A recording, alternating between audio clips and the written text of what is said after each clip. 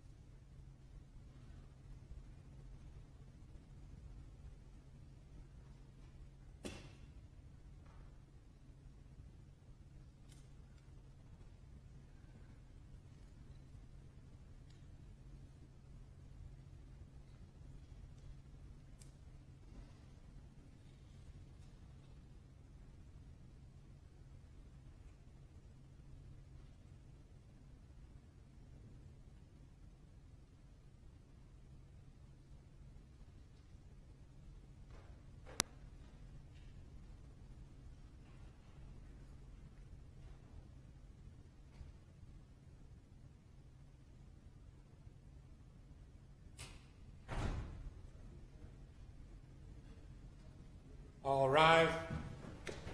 Hear ye, hear ye, hear ye. Supreme Court of Florida is now in session. All who have cause to plead, draw near, give attention. You shall be heard. God save the United States, the great state of Florida, and this honorable court.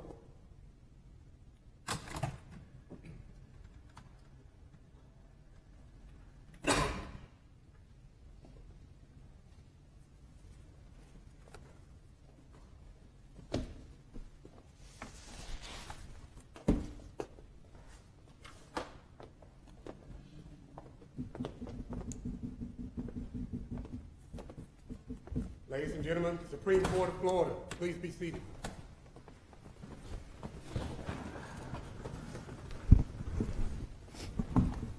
Good morning and welcome to the Florida Supreme Court. I'd like to acknowledge Justice Sasso. It's our first oral argument with her today. We're very happy to have you here and look forward to working with you together for a long time. Thank you. Our first case today is number 220458, State of Florida versus Pena.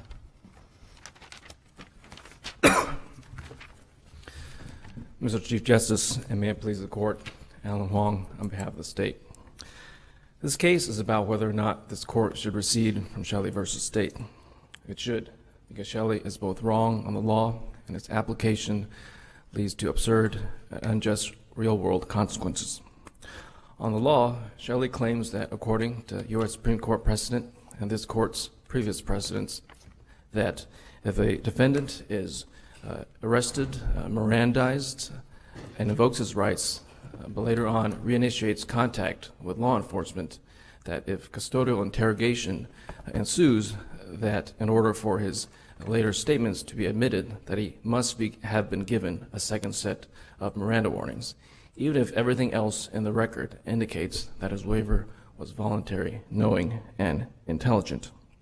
But Miranda is an area of the law that is decided, or the waiver of, assessing the waiver, the validity of the waiver of Miranda rights is an area of the law that is decided on a case-by-case basis under a totality of the circumstances. Let me ask you about the totality of circumstances, because there's so many different factors that come into play, and so many different circumstances. I mean, for example, there's one thing where we say they bring the defendant in custody, read him his rights, and the defendant says, I want to see a lawyer. Then it stops. The police goes away, everybody goes back to their office, the defendant's taken back into the cell, whatever. And maybe a day later or a few hours later, the officers get a message, he wants to talk to you guys. And so there's like this gap there between the time that it was first given and the time that he summoned the police, or it reinitiated the contact. That's one thing. What about the situation as it happened here, where the defendant, basically requested or said he wanted a lawyer, so the officers from the Green Acres Police Department stopped questioning and they left. But they left a deputy in there. They could have been talking about football, they could have been talking about whatever. Then all of a sudden, bang. Oh, what do you think is going to happen to me? I killed 4 people or whatever. What do you think is going to happen to me? The circumstances there are different. There's no time gap. It's just a fluid type of conversation. At that time, I can see your point where, okay, there's no time to stop talking, let me give you my Miranda rights. In the first instance, there is a gap. Shouldn't, in that first instance, a second round of a reminder, Miranda rights be given, as opposed to the first instance and the second instance where it's a fluid type of conversation and suddenly he starts admitting things? Sure. Well, Your Honor, first, a respondent argues that the gap of time here is relevant, and certainly time is obviously a factor that courts can take into account under the totality of the circumstances. But by itself, it may not be dispositive, because under that test, we have to look at everything. And there may be indications in the record, as there were here, that even with that amount of time, there may be indications that notwithstanding the gap in time, that the suspect continued to be aware of his rights and that his waiver was voluntary and knowing. For example, here, the trial court found that the respondent was familiar with his rights and had internalized them even prior to being read his rights. He had interrupted the officer giving him his Miranda rights to start reciting them. The state's not advocating, though, that we adopt as our rule that if we can establish that someone has internalized their rights, that no warnings are necessary, right? That's not the state's position. I don't think that we're saying that should be. So returning to Justice LaBarger's question, you've got an inmate basically secured to a bed, highly medicated, recovering from gunshot wounds, and while he is convalescing in this bed, for his security, the security of others, there's an officer stationed not outside the room, but in his room watching television with him for several days, giving rise to the specific interrogations. Help me understand how applying a totality of the circumstances test, that passes muster. Sure. Whatever Shelley's fate is, leaving Shelley to one side, just under a pure totality of the circumstances analysis, save this. Sure. I think Your Honor brings up kind of two buckets of issues. One is his emotional and mental state, and second, I think Your Honor is suggesting that somehow the presence of Deputy Nettles in the room somehow created a somewhat perhaps coercive atmosphere. But under the totality of the circumstances test, we have to take into account everything. And here, at the time of the waiver, Deputy Nettles made, even though he was there, he made very clear to respondent that he did not have to talk with him. At the time of the waiver, Deputy Nettles told respondent that I am law enforcement. I'm going to write down everything you say. And he also added that I don't want you to talk to me unless you have to. And on top of that, he told him anything you say could be used against you, which is essentially one of the Miranda warnings.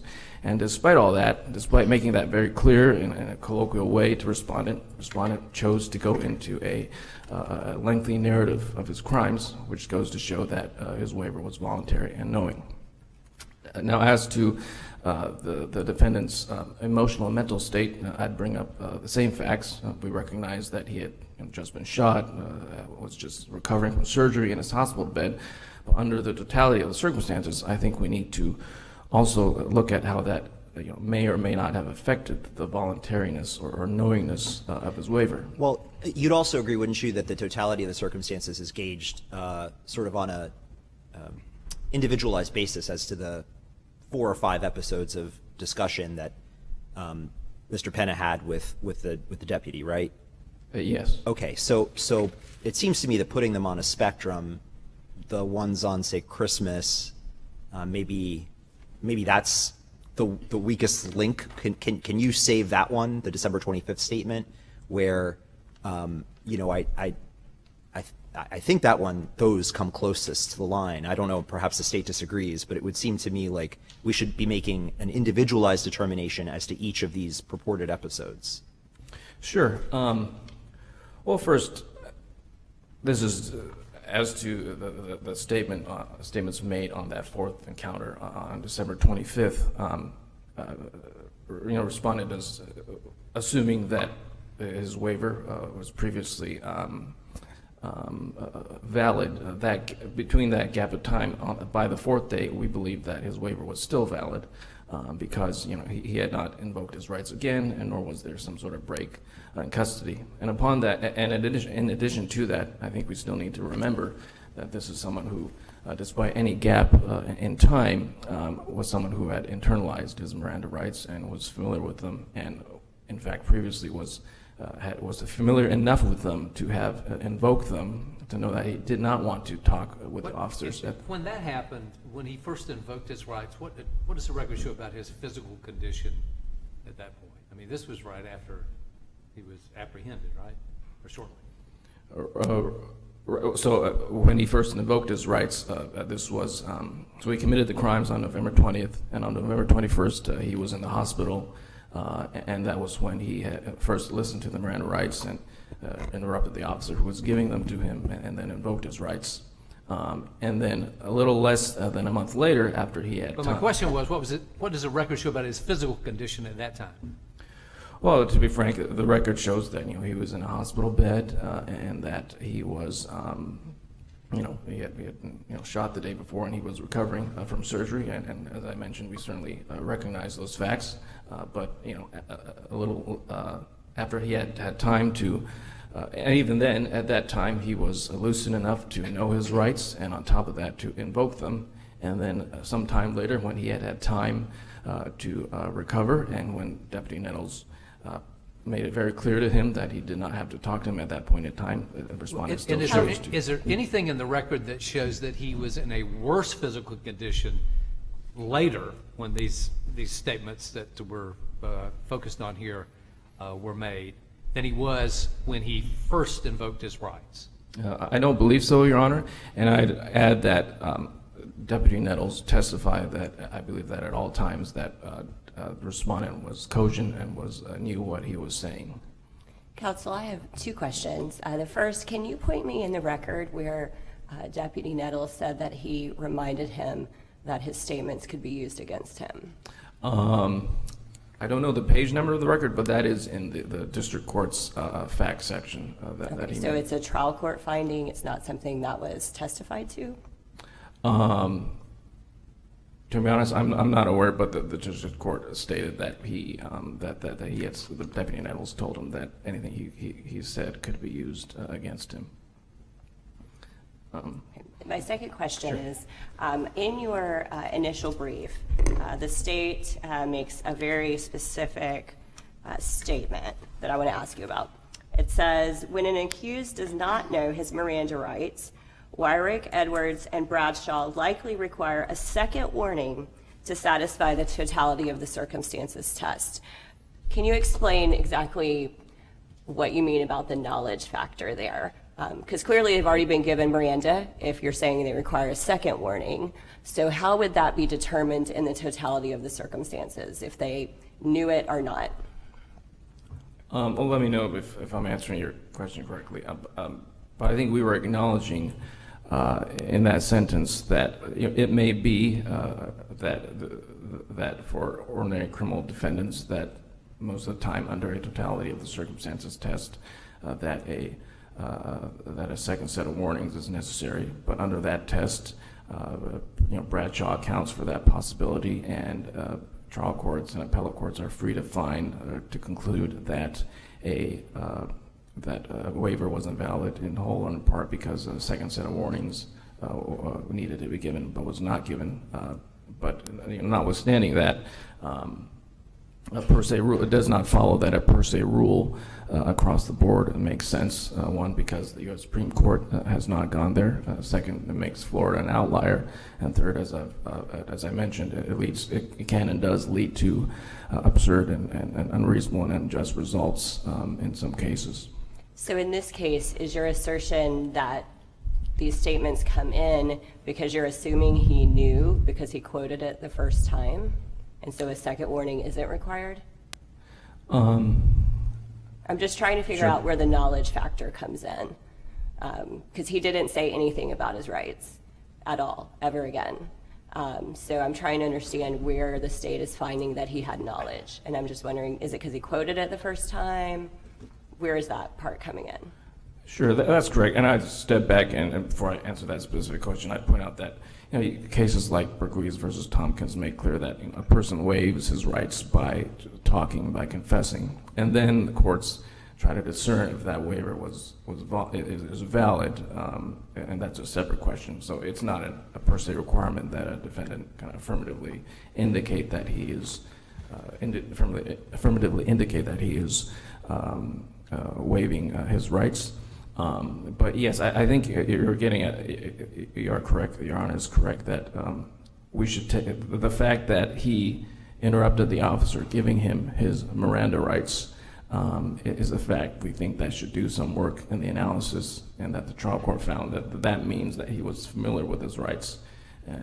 From that we can infer that he, and familiar enough to invoke them, and from that we can infer that he continued to be aware of those rights even sometime later.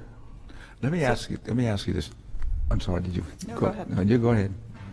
It's Your the first colleague one. briefly cites the McZorn case and suggests that this court should adopt the McZorn factors in analyzing the staleness issue like some other state Supreme Courts have. Would you like to address that? Sure, Your Honor. We think that a limited holding, clarifying that the per se rule is wrong and that the totality of the circumstances test is the appropriate test is sufficient to answer the certified question. But if this court thinks that a second set, thinks that a set of factors might be helpful for lower courts to have and consider, I think we'd suggest a clarification that that list of factors is not exhaustive.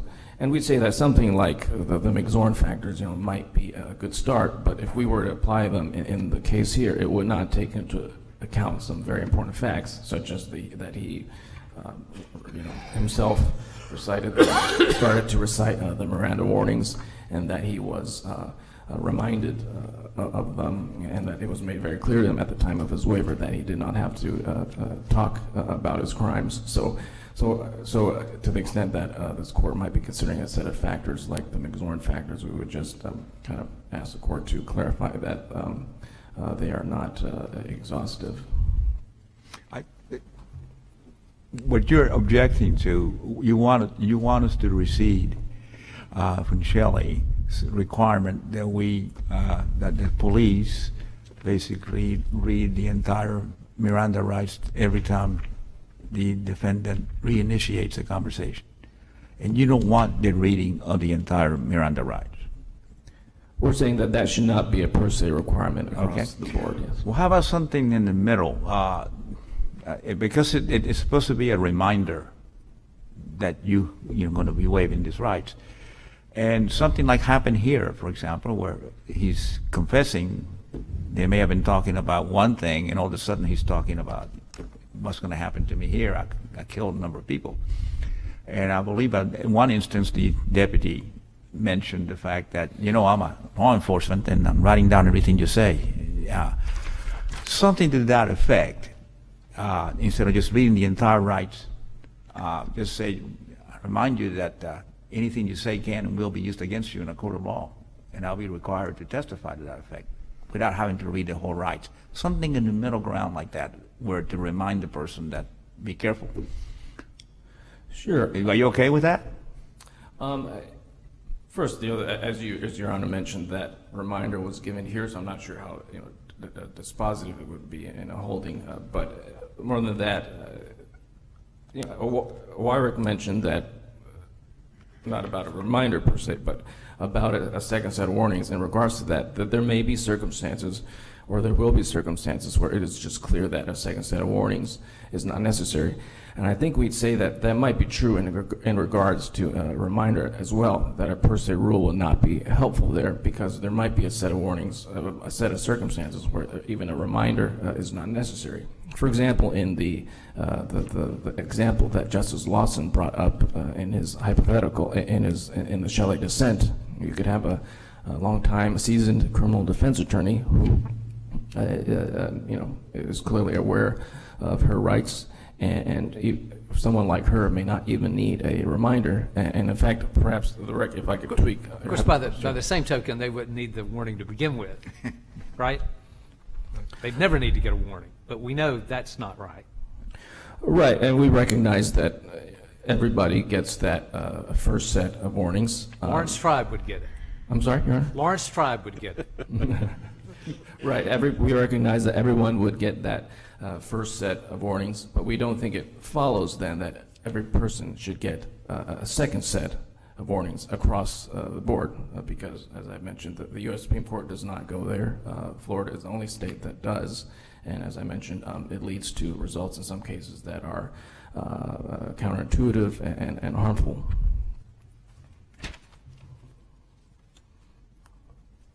I see that I only have a small amount of time left, so if there are no other questions, we stand by everything we say in our briefs, and I leave the rest of my time for rebuttal.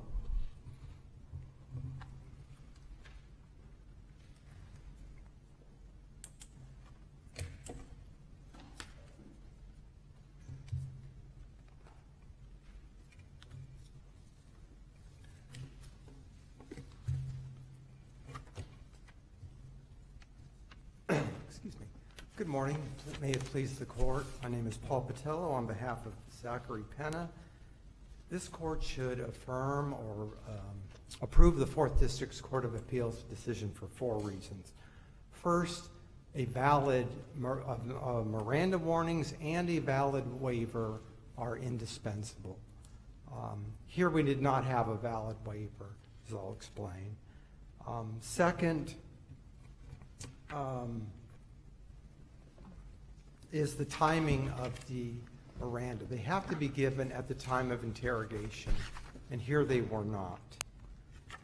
And third, under Smith v. Illinois, because my client invoked his right to counsel, and the officer then had to obtain my client's acknowledgement that he was revoking his previously invoked right to counsel. Counsel, do you agree that the record reflects that Mr. Penna was reminded that anything he said could be used against him by Deputy Nettles? Yeah, that's at R669. Thank you. And it says the officer on redirect is asked this question.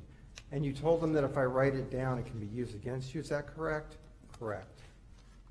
What's notably absent there, Justice Grosshands, is any acknowledgement by my client that he understood that. In fact, as I think one of the justices said, there's nothing from Mr. Penna acknowledging what he knows about his rights at the time he is questioned. So far, counsel, I haven't heard you come to the defense of Shelley's rule. You haven't said anything that requires a per se automatic reinitiation warning is appropriate. Are you abandoning that ground? No, I'm standing by this argument, which is from Miranda, which makes it a Miranda warnings and a waiver indispensable. So here they've never had a waiver of rights. So, we know that a waiver can be implicit. We know that there can be an implicit waiver, right? If you are giving them, that's the second prong, though, of this, is they do have to be contemporaneous with the interrogation. And then you can have an implicit waiver of rights, although it is not presumed that an accused is never presumed to have waived them. What is the case that says it needs to be contemporaneous every time? That's from Miranda, and it's worth repeating this language. And it says, the Fifth Amendment privilege is so fundamental to our system of constitutional rule and the expedient of giving an adequate warning as to the availability of the privilege so simple, we will not pause in individual cases to inquire whether the defendant was aware of his rights without a warning being given. Assessments of the knowledge of the defendant possessed based on information as to his age, education, intelligence, or prior contact with authorities can never be more than speculation. A warning is a clear-cut act. More important, whatever the background of the person interrogated, a warning at the time of the interrogation is indispensable to overcome its pressures and to ensure that the individual knows he is free to exercise the privilege at that point in time. And that's why I think that even a reminder later on is not sufficient, because we don't know what, when you say reminder, you're assuming he does remember. But Counsel, I'm sorry to interrupt you. Do you agree, though, that Florida is an outlier with this per se rule? Not according to Minnesota. I mean, Minnesota requires more than this court. It requires not just the Miranda, it requires, as in Smith v. Illinois, an acknowledgement that you are revoking your previously invoked right. You do more. But if we were to base it on Miranda, it's on you reading from Miranda itself, does that mean that all the federal courts that don't have a per se rule like this, that they've just completely missed something that you would think would be that obvious from it, if that's should be the takeaway.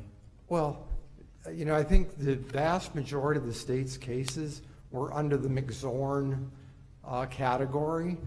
And there, it's important, because that's why I've been coming back to, there has to be Miranda and a waiver. In McZorn type of cases that are largely the ones cited in the brief, the state's brief, there has been a waiver, and the interrogation has lasted over time. And at a certain point, they say these become stale. Right, but even McZorn is applying a totality of the circumstances test to determine whether or not the reading has been stale. Yes, so it's I not agree. a requirement for per se or contemporaneous. Correct. But that's because there has been those two indispensable things that have happened, the Miranda and a waiver. Here, Mr. Penna has not waived, except that he reinitiated. So now, if he's reinitiated and the officer wants to ask questions, as we know that he did. So do you think there needs to be an express waiver in order for there to be a valid waiver? He has to be Mirandized and acknowledged in some form or fashion. The case on this is North Carolina v. Butler. And there he did know and said that he would talk. So that's a waiver, they said. There has to be a waiver, Miranda warnings and a waiver. I guess I'm just trying to nail down what type of waiver. Is it expressed in some way? It doesn't have to be I waive my Miranda rights, but there has to be some, you're saying there needs to be some outward expression that he is in fact waiving. You have to be able to tell that he is absorbing the warnings and is waiving them. So your point is that the waiver has to be close in time to the warning.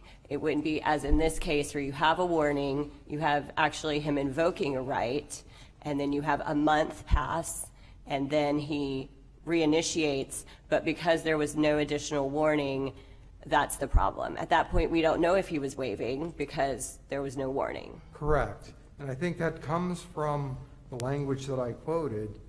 A warning at the time of the interrogation is indispensable.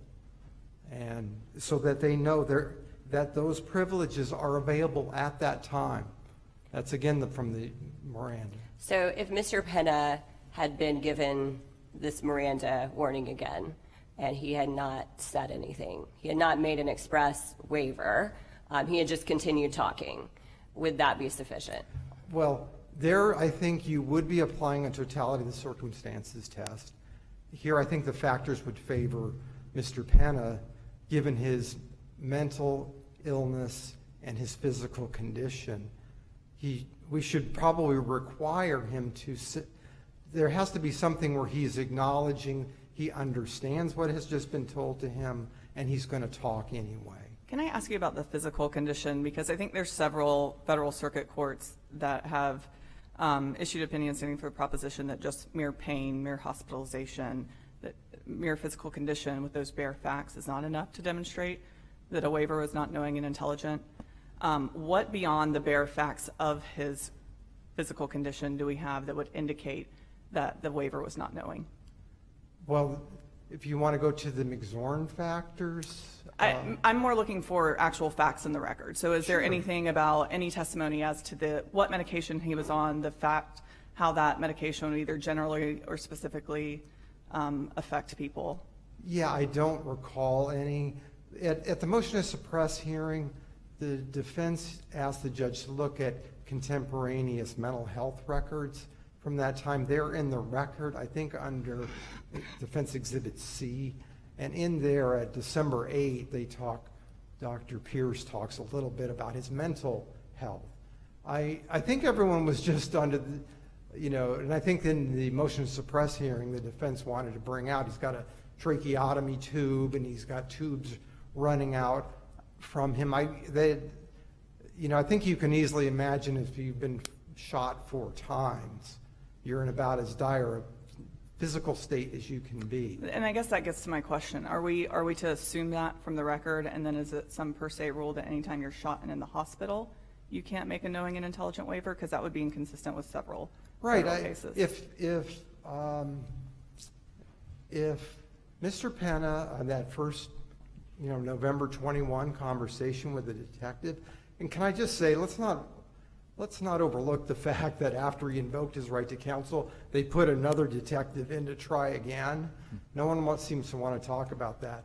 But if he had waived his right to counsel and his right to remain silent, and he gave a statement, I think the judge, it would be within the judge's call to determine from all the factors whether that was freely and voluntarily given.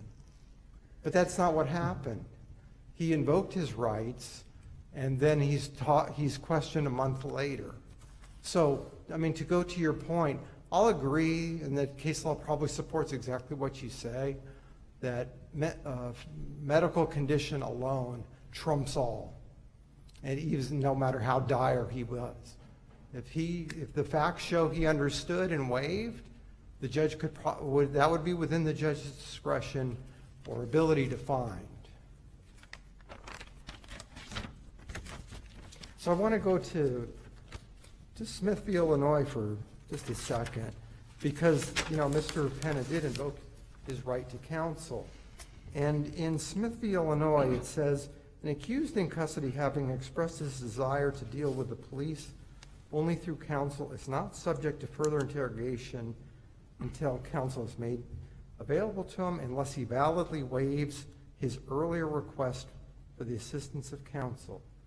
And they repeated this. If the accused invoked his right to counsel, court may admit his responses to further questioning only on finding that he A, initiated further discussions with the police, and B, knowingly and intelligently waived the right he had invoked. So Deputy Nettles, for whatever he said in these conversations with Mr. Penna, did not talk about his previously invoked right to counsel. So I think under Smithfield, Illinois, which is really based on Edwards v. Arizona, his statement should be suppressed for that reason. I just want to talk briefly about the McZorn factors, which again I don't think apply because he didn't waive. But if they did, there's 5 factors. The first one is the time between the Miranda warnings and the interrogation. Most cases out there say a week is the outer limit. Here it was 30 days. The second is it a different officer? If it is, that's a factor. And then there was a different officer here. Third, is it in a different place? It's true he was still in the hospital, but it was a different hospital. He was at Holmes Regional at the beginning, and he was at Kindred for the statements with Nettles. Would you help me understand the rationale for those factors? What difference does it make that it's a different officer? Because it's about is there a continuity of interrogation? That's what Miranda, your waiver will apply to, is an interrogation. It's not, for example, Justice Kennedy, one and done. It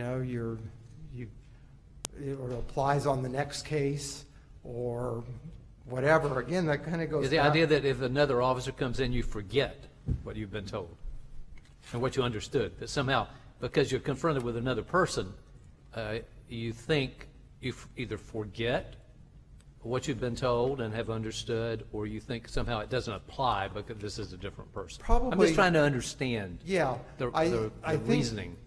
Yeah, I think that under Miranda, that we want to make it clear to suspects in custody that they are capable and those rights are available at that time. So maybe a month later, they may not think they are available then. I waived, I got to keep talking. That's not true. In other words, they degrade over time. And that's, I think, the theory behind the McZorn factors.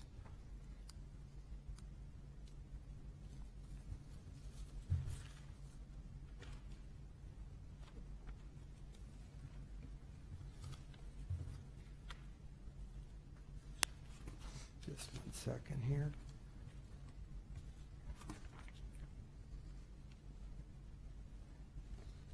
Yeah, is there any more questions? I'd be happy to rest on the briefs.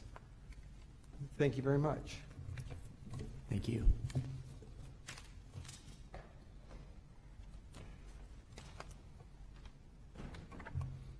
Your Honor, I'll try to get through a number of points as time allows.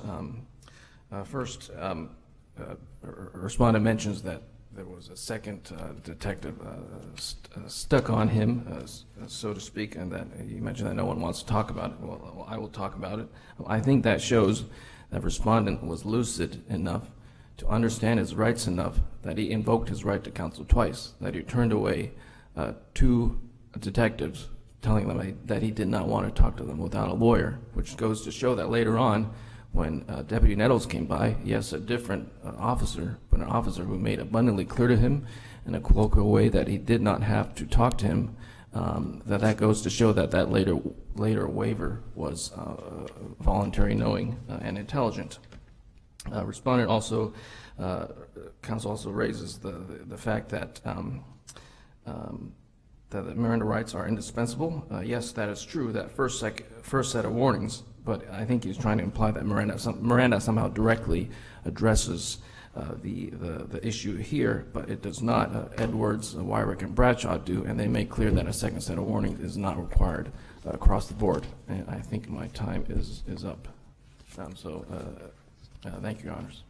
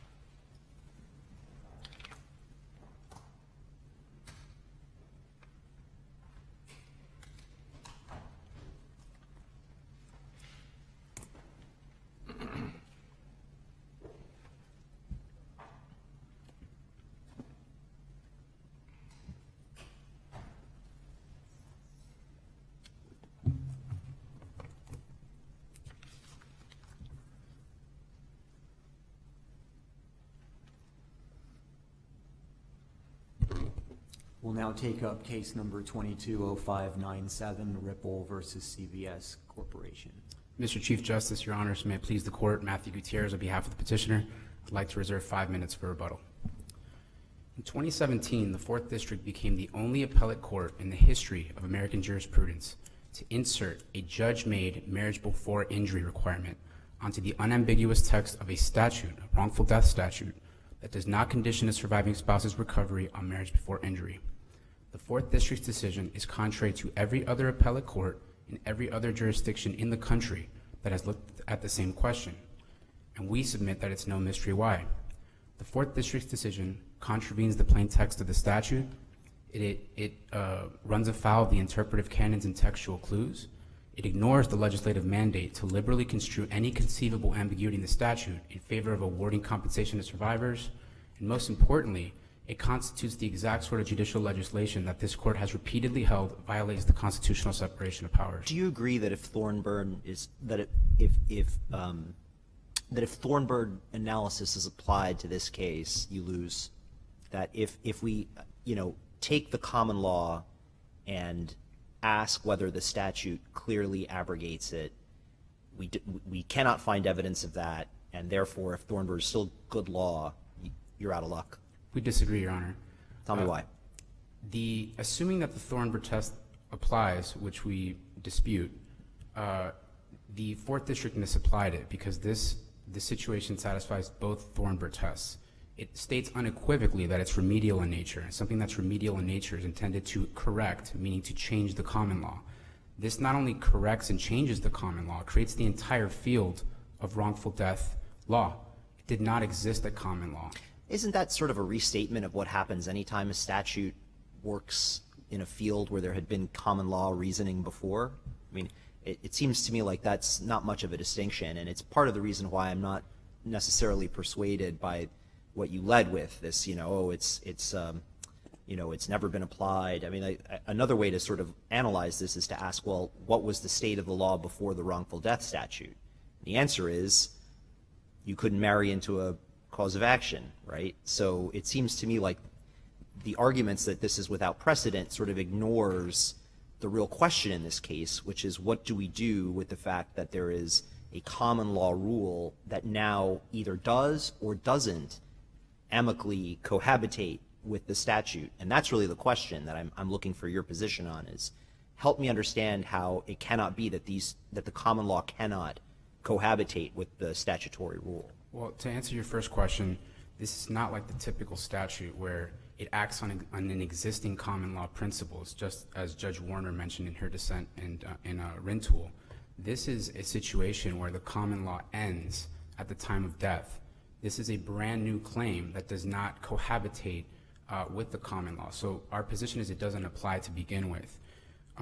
The concern about marrying into a cause of action makes sense at the common law, where a victim of harm lives and can thereafter marry, and the person who marries the victim marries into the claim.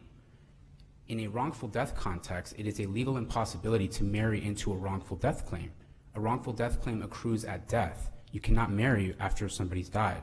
So this is not the typical situation where you have a statute that acts on an existing common law principle. This is a brand new area of law that was intended not to cohabitate with the common law. It's intended to create an entire new body of law that was not recognized at common law. Can we elaborate on that? One thing that I've struggled with here is to understand kind of from a baseline perspective how, when Florida redid the Wrongful Death Act in 1972, how it sort of changed the status quo. So we've had a Wrongful Death Act since the late 1800s. Loss of consortium was one of the types of damages allowed under that to the surviving spouse. And my impression is that there's no case law saying that for those cases where clearly the trigger, the starting point was death, and the surviving spouse could get loss of consortium there was no, I haven't seen anything suggesting that there were questions about, when the marriage occurred and all that. So how is that loss of consortium claim different from the one that we have now under the statute, which is kind of a hybrid of the survival part of the old system, where clearly the survival part seems like that would have been governed by the common law rule. You've got the post-death part, which wouldn't have been. So how is your claim for loss of consortium here different than what it would have been under the old Wrongful Death Act, where people could always get loss of consortium just based on, at the time of death? We don't believe it's different. It allows two sorts of damages: loss of companionship and protection, and mental pain and suffering. And mental pain and suffering is a separate category that is an innovation with the 1971 law. Correct. Yes. And it's a substitute for the pain and suffering that the decedent would have had in the survival act. In a sense, yes. That was not an element of damage that was recoverable at the common law. The mental pain and suffering is something brand new, which only reinforces the fact that this is a brand new claim. This is not a continuation of a common law claim. This is but the consortium, that's the thing. They're two separate things. The consortium thing has kind of two aspects to it. There's one is it's essentially putting what would have been part of the survival action, it's moving it into wrongful death. But then there is this loss of consortium that has always been part of wrongful death. And so I'm trying to understand kind of how the statute changed the status quo. I think it's important to reassess the framework in terms of this is not a loss of consortium claim. These are damages, loss of consortium damages, loss of consortium type damages. The claims are what we're looking at here. The overlap between the claims is non-existent. You can have two entirely separate claims that authorize the same or similar damages. Doesn't mean that the claims, that there's an overlap between them. And I gave the example in my brief. You can have a tort law claim and an employment discrimination claim that's statutory. And both of those authorize lost wages, the exact damages in each case, but no one suggests that there's continuity or relationship between a tort law claim and a statutory employment discrimination claim. The fact that the damages that are awarded by the statute are similar or even in some senses the same does not mean that they're an extension of one another. This is the Sheffield decision. It states clearly that a statutory claim for wrongful death is not a continuation of a common law claim. It's entirely a creature of statute and is entirely distinct from the common law claim.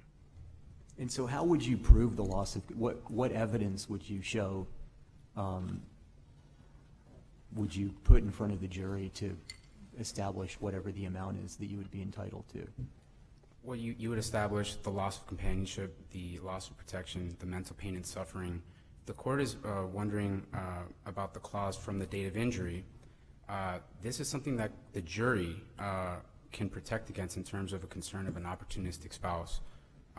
You have, in the Whiterhold case, there was a stipulation that the plaintiff would not seek damages predating the death. And there are any number of ways that you could address what the jury hears, but the plaintiff will show loss of companionship, loss of protection, and mental pain and suffering.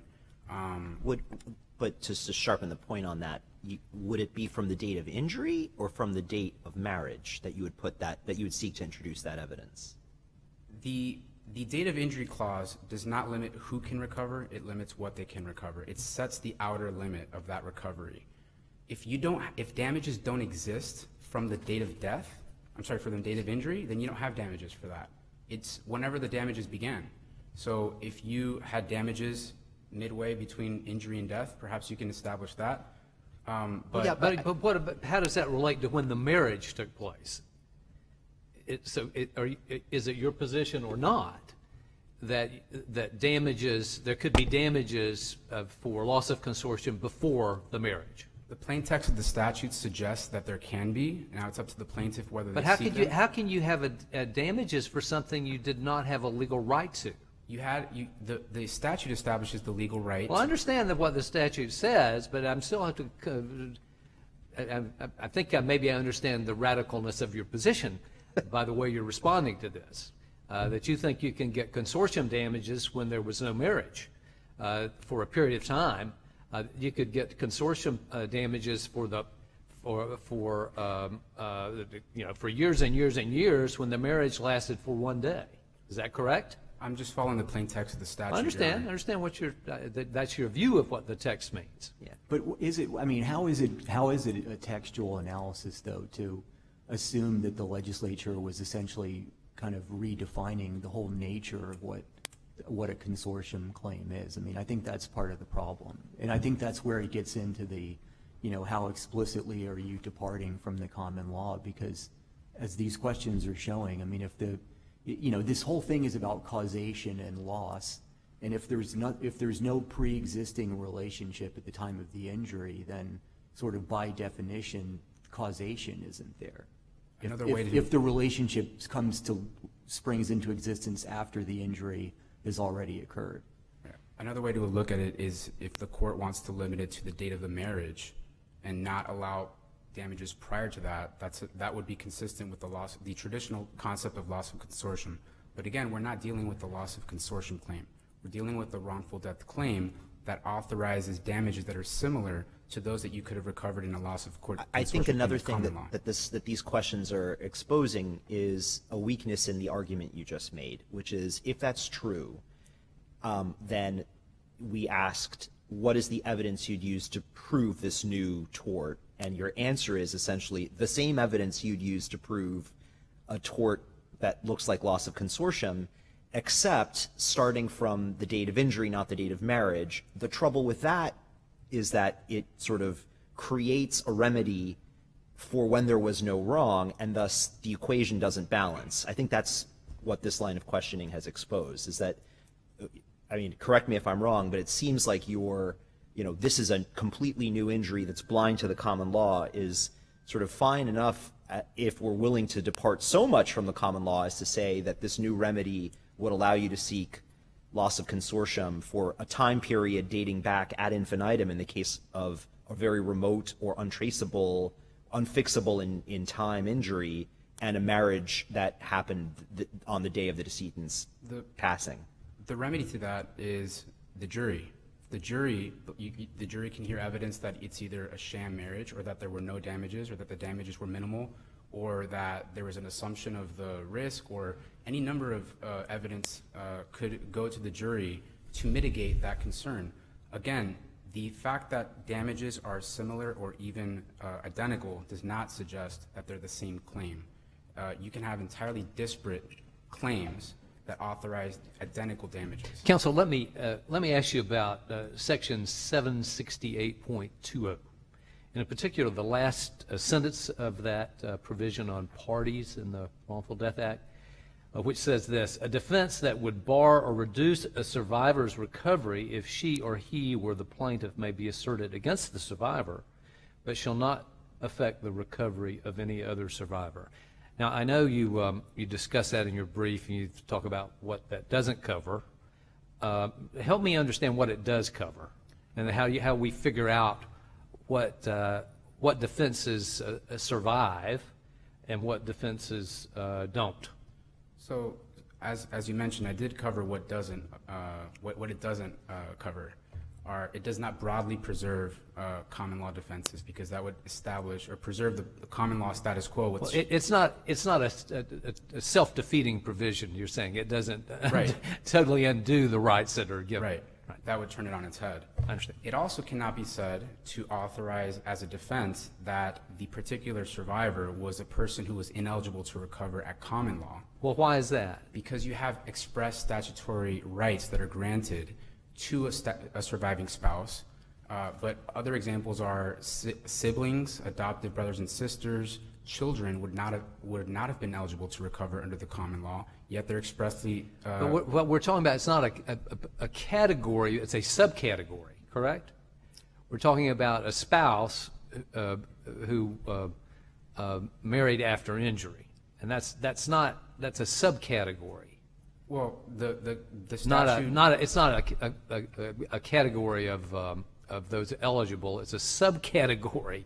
They're all subcategories in the sense that the statute is intended to allow survivors and typically family members, in some respect, either legal or blood relations, to recover, and they're all subcategories. Help me understand what this does cover. Okay. What kind of defense can be raised? In Gurney versus Kane, which is at 588 Southern 2nd 244, it explains that this provision was intended to expressly authorize the defense of comparative fault. At the time it was contributory negligence, and then it became comparative fault. So that's why it says eliminate or reduce liability. That's what the intention is.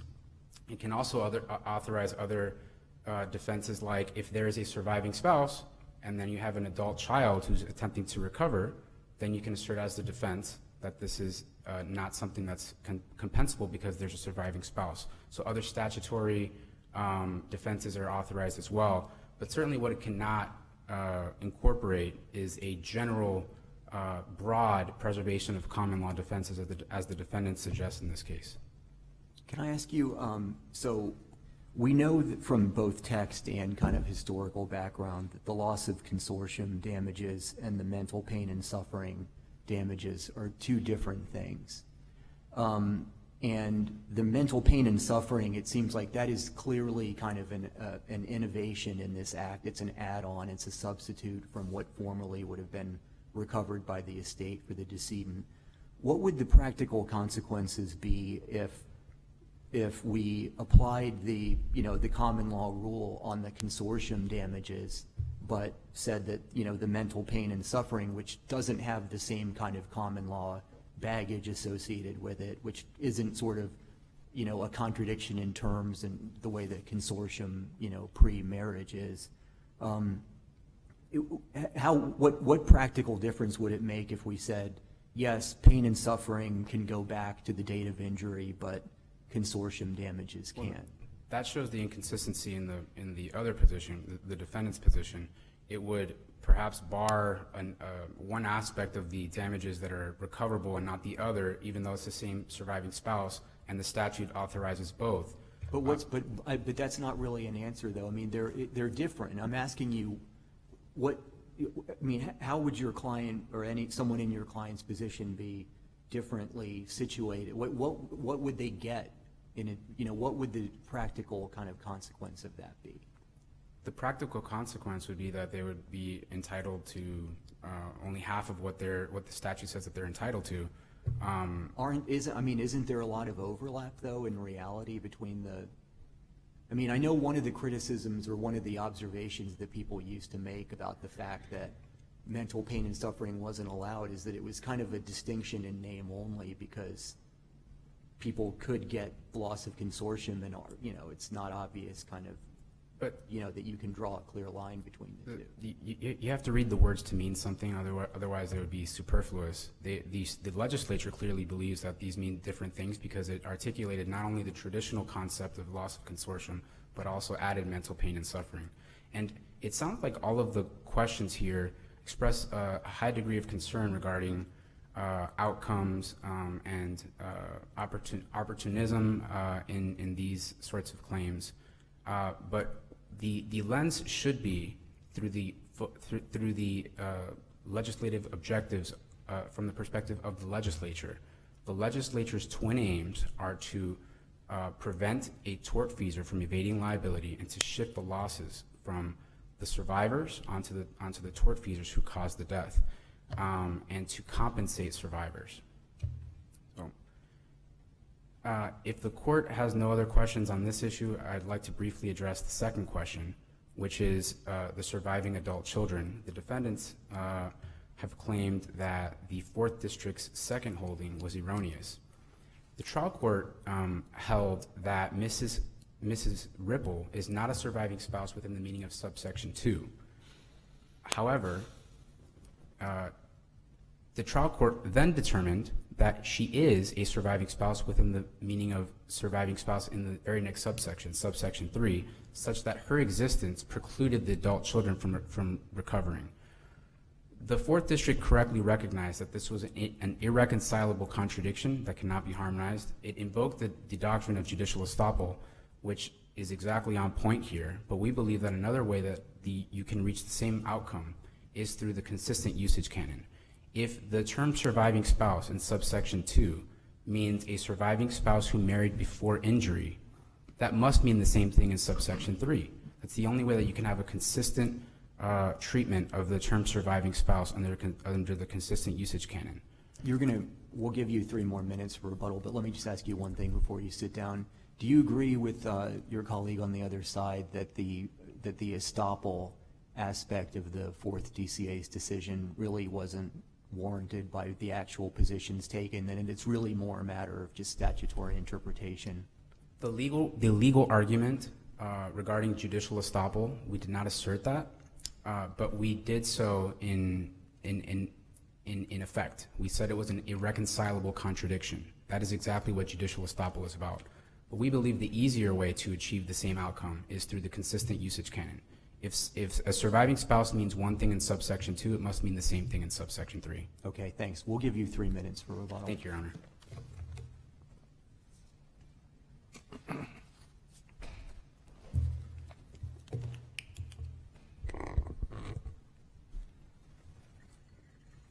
May it please the court, my name is Matt Canigliaro. I'm with Carlton Fields, and I'm here today on behalf of the respondents.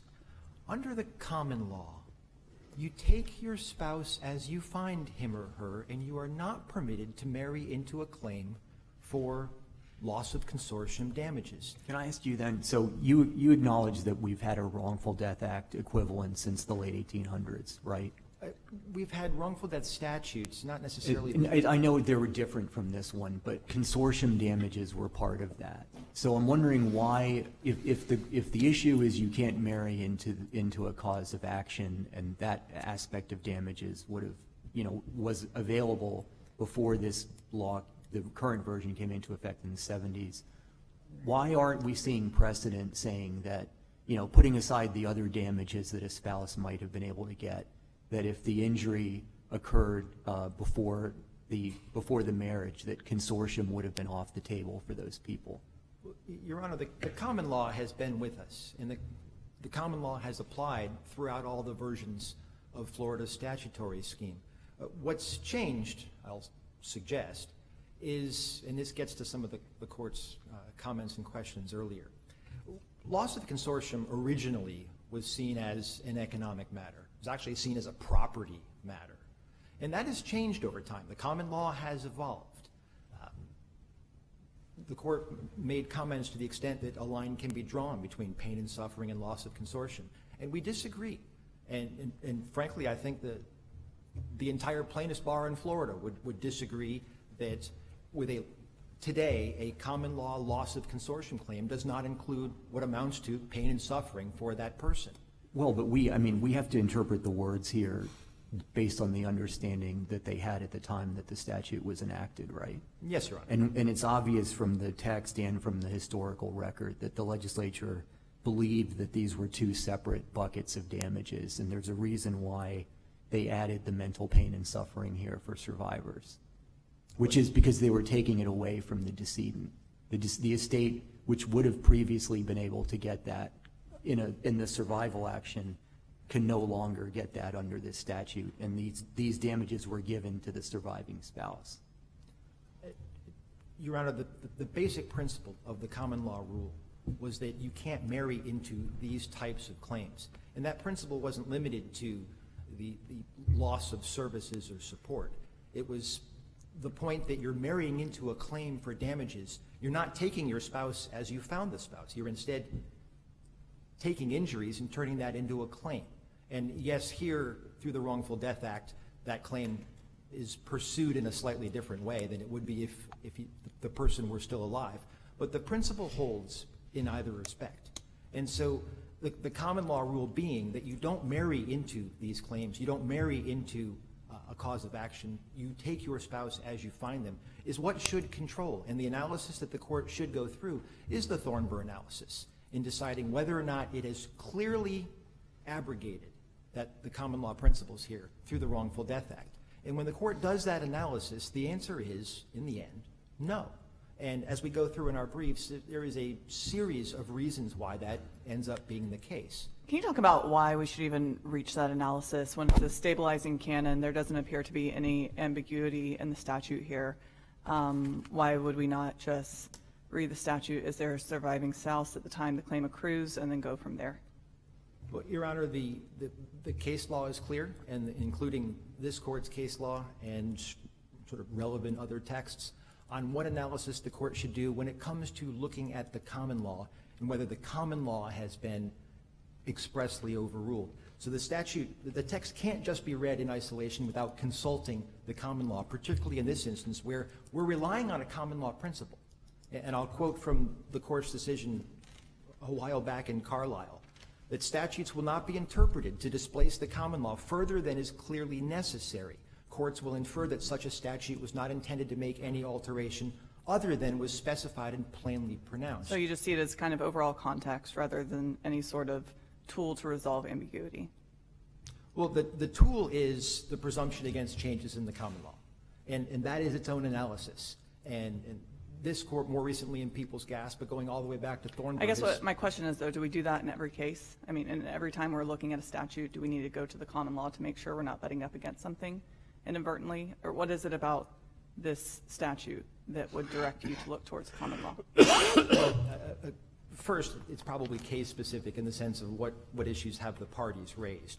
Here, this is a significant principle of the common law. And so it becomes important for the court to consider that common law principle along with interpreting the act when these defenses are raised. And I'll return to the court's earlier comments about 768-20 and the defense position. Counsel mentioned contributory negligence, and I'd invite the court to sort of think that, how that plays out. That counsel is admitting that if a spouse or a survivor was at fault in 1972, before Hoffman v. Jones, before comparative fault was adopted in Florida, that survivor could recover nothing because of contributory fault. So counsel has admitted that. This is extremely similar. This is a defense based on circumstances that the common law said do not allow you to recover this type of damages. And the legislature could make a decision going the other way, if it chose. And what else would it do in a statute besides say a category of damages is available to a surviving spouse? Would there need to be a specific time limit in the statute? I mean, how else does the legislature express that? To do it with clarity, the legislature could have said that either it does or it does not matter that the marriage existed at the time of the injury. So going to context of Florida law, in every case, we have a time that kind of sets the cause of action, and that's the time that the claim accrues. In an injury claim, that'd be the time of injury. And so that fits with if you get married after injury, your claim's already accrued, you can't marry into an accrued claim. With wrongful death, we have accrual at the time of death. And so doesn't just leaving surviving spouse as a category of damages fit within that overall context of how Florida approaches accrual of claims? I'll suggest that there are some differences there in the sense that the time of injury is one point in time. Accrual can be a different point in time. In the case of latent injuries, which is what was examined in Fullerton, and what exists in these types of cases, they can be very different points in time. The injuries here, there's no dispute. The injuries come with the exposures. That's the injurious invasion of rights. But there may not be manifestation, diagnosis, and accrual until at some point later in time. The common law focuses on the time of injury. But isn't that an exception to accrual, not necessarily damages? I mean, it's still fitting within the overall framework, right? We're looking at accrual in the context of latent injuries, accrual in the context of patent injuries, accrual in the context of wrongful death claims. Your Honor, I think what we're looking at is when the injury occurred. And accrual, it may end up being a that would separate cut point in against time. the Florida Supreme Court precedent on accrual of wrongful death claims. So if we're focusing on date of injury, though, right? For purposes of the common law rule, absolutely, it's the date of injury. Because, and really what the court said in Fullerton, not this court, but the 5th DCA in Fullerton, this is now back in 1995, the court said all this is up to the legislature. The legislature can decide whether the common law rule should remain in place or not, or if it should be modified in some instances or not. And it hasn't done that. And that's one of the many reasons why this act is not specific and clear in the sense of overruling or abrogating this common law rule.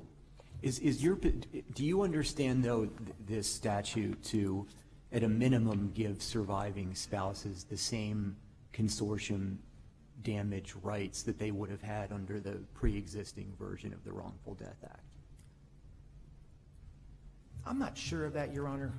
The parties haven't briefed. Because the whole thrust of this law was to give more to survivors, and one of the things that I'm having a problem kind of getting my head around with your argument is that it almost seems like you're asking us to view this by going back and giving them damages from the time of injury as opposed to under the old law where they just would have looked at the time of death. It seems like we're taking away something that the survivor would have had, and that goes very much against kind of the whole thrust of this law and what the legislature was doing.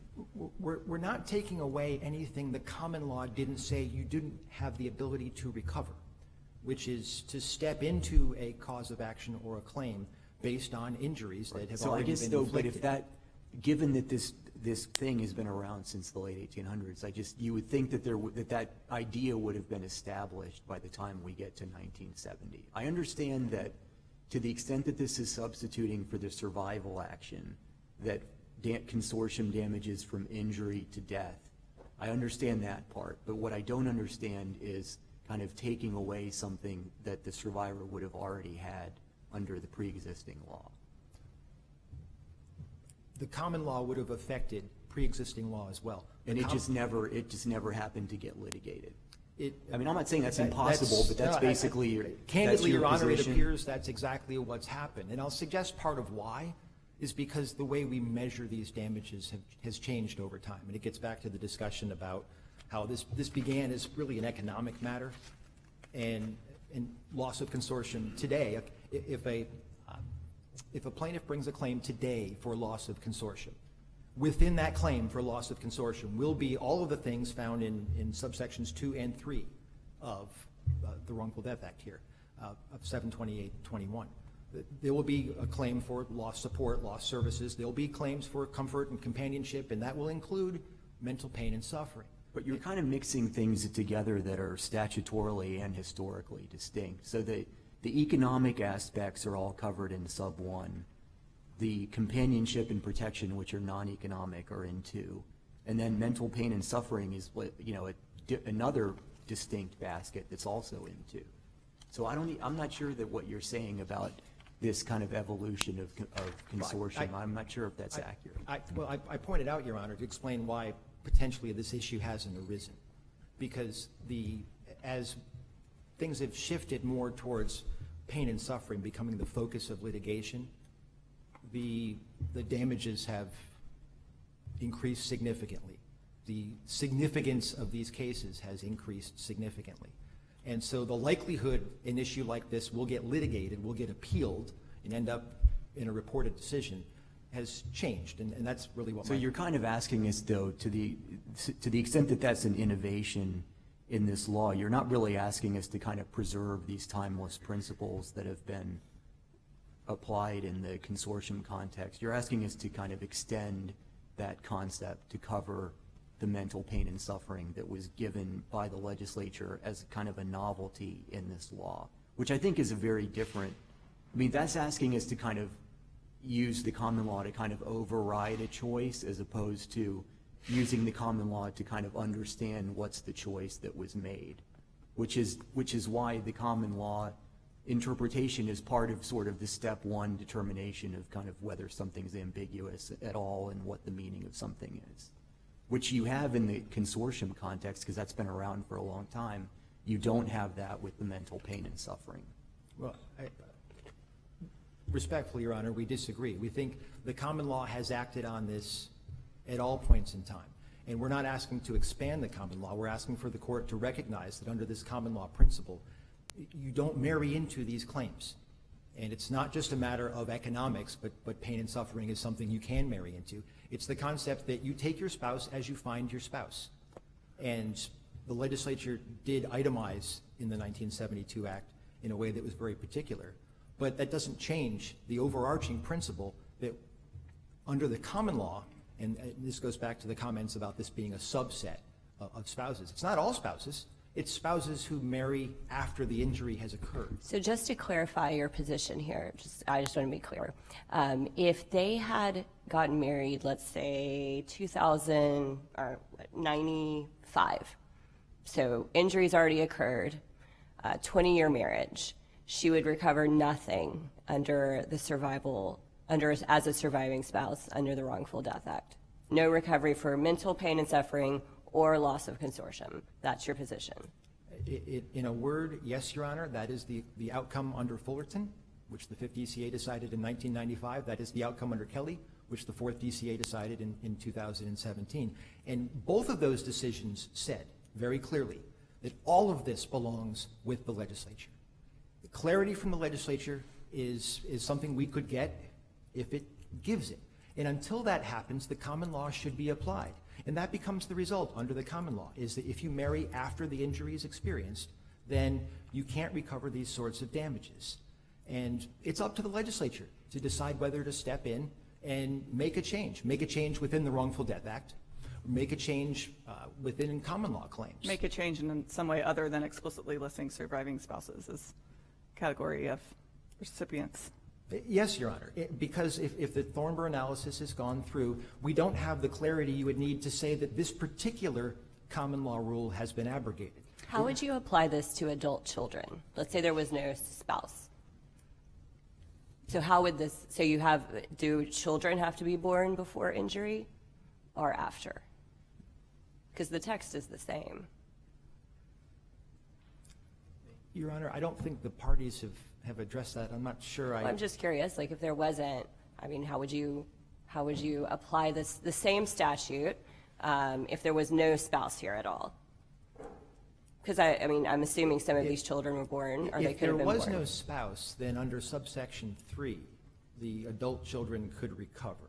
Okay. And the difference between 2 and 3 and what's happening with the spouse versus what's happening with adult children is that with respect to the spouse, there is a common law rule that itself was important and clear that we will not allow you to marry into these claims.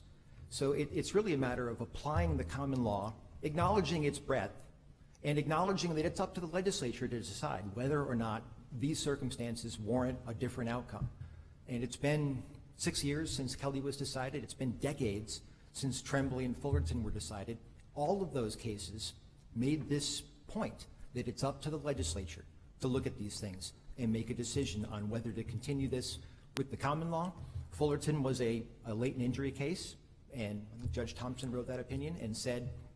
Do you disagree that these temporal issues, whether somebody was married 20 years prior to the date of death or one day before, those are all factors that could be argued to the jury that they could take into account when assessing the amount of damages?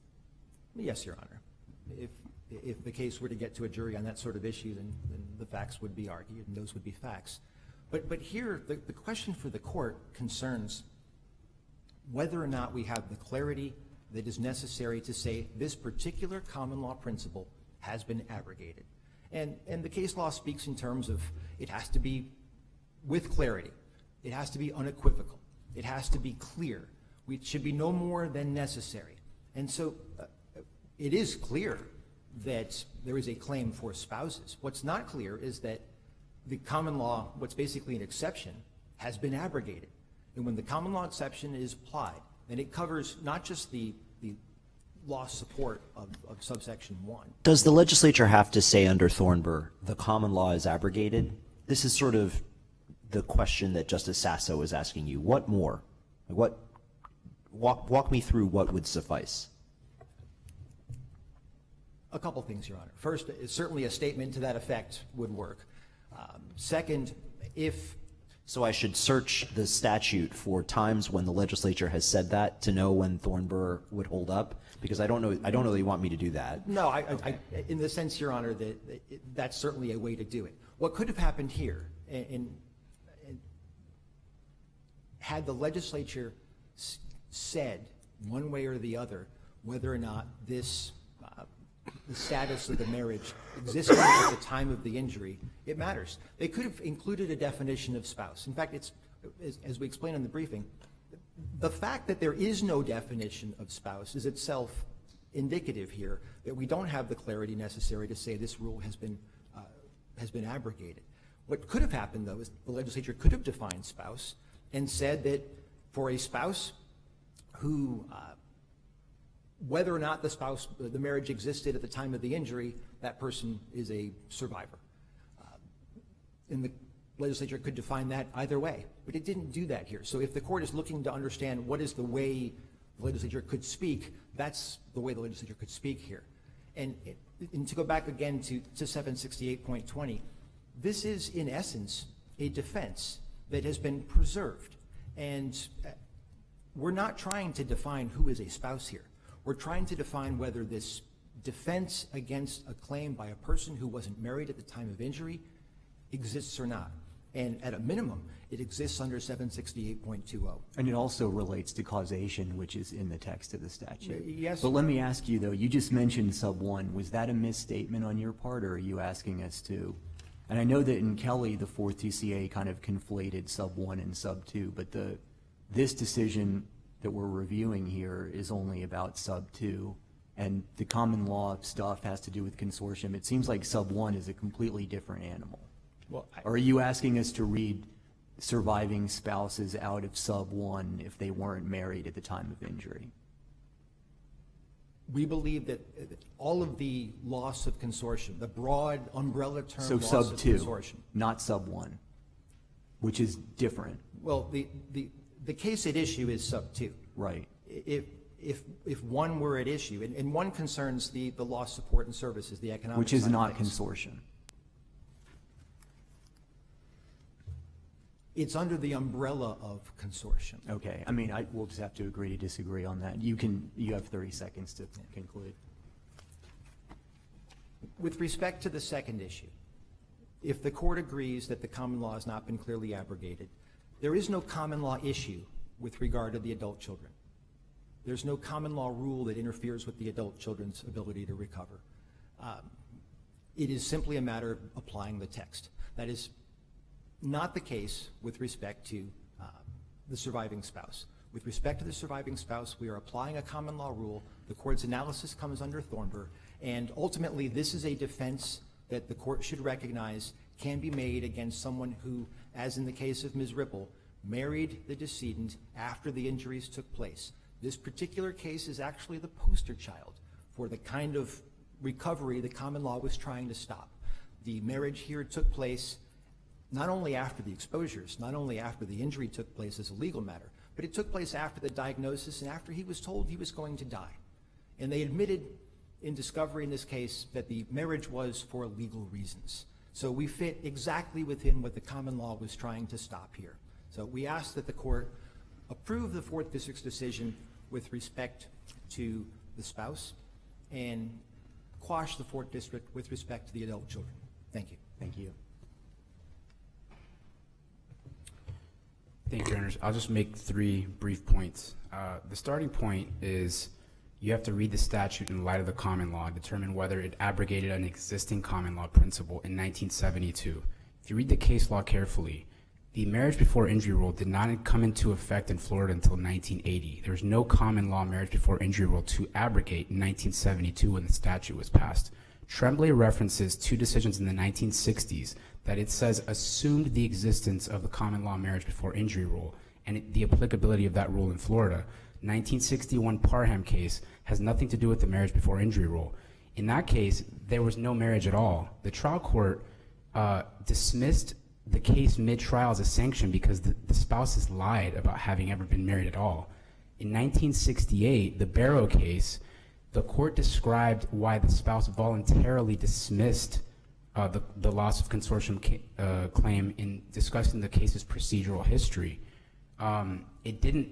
There was no holding in the 1968 Barrow case that says that it was a rule. It was describing the rationale why the spouse dismissed the case, and then it cited a treatise which did reference the rule, but it was in discussing the procedural history. It was not until 1980, which was 8 years after the statute was passed, that Florida first adopted in Tremblay the marriage before injury rule. So at the time the 1972 statute was passed, there was nothing to abrogate. The second point I'll make is addresses Justice Sasso's question regarding whether the legal relationship had to have existed on the date of injury. We have a 5th District case that we filed a supplemental authority in Ellis. In Ellis, the 5th District determined that a minor child who was born after the decedent had died and therefore was certainly not alive on the date of injury was nevertheless entitled to recover under subsection 3, which has the same date of injury clause. The third point I'll make is that we agree that this all belongs to the legislature. The legislature has unambiguously authorized a surviving spouse without any limitation whatsoever to recover the damages specified in subsection 2. So we submit that if the legislature wants to change that, it is free to do so. Thank you, Your Honors. Thank you very much. We'll take a 10-minute recess. Thank you. All rise.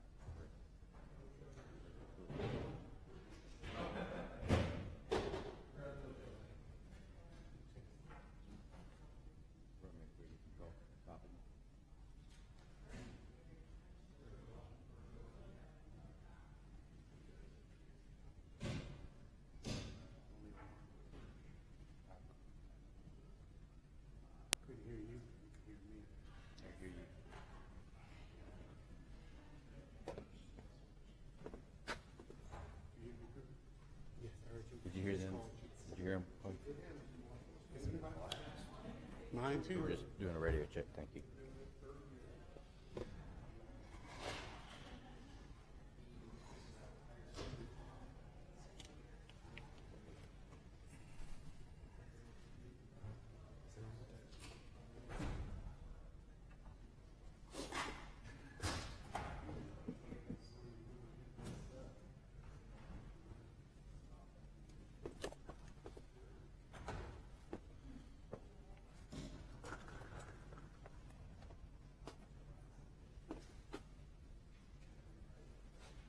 Just eyes.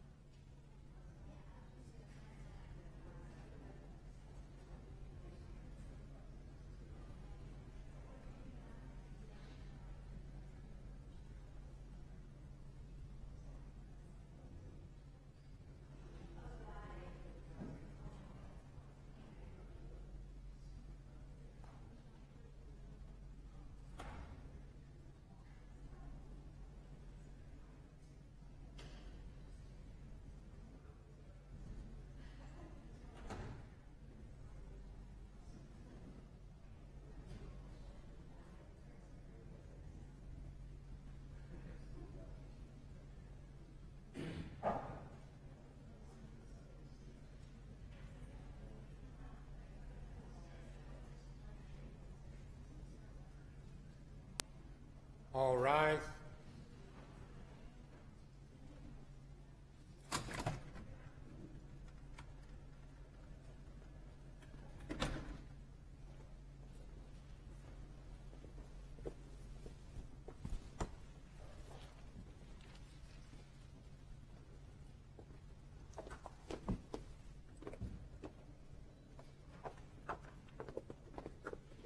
Supreme Court of Florida is now in session. Please be seated.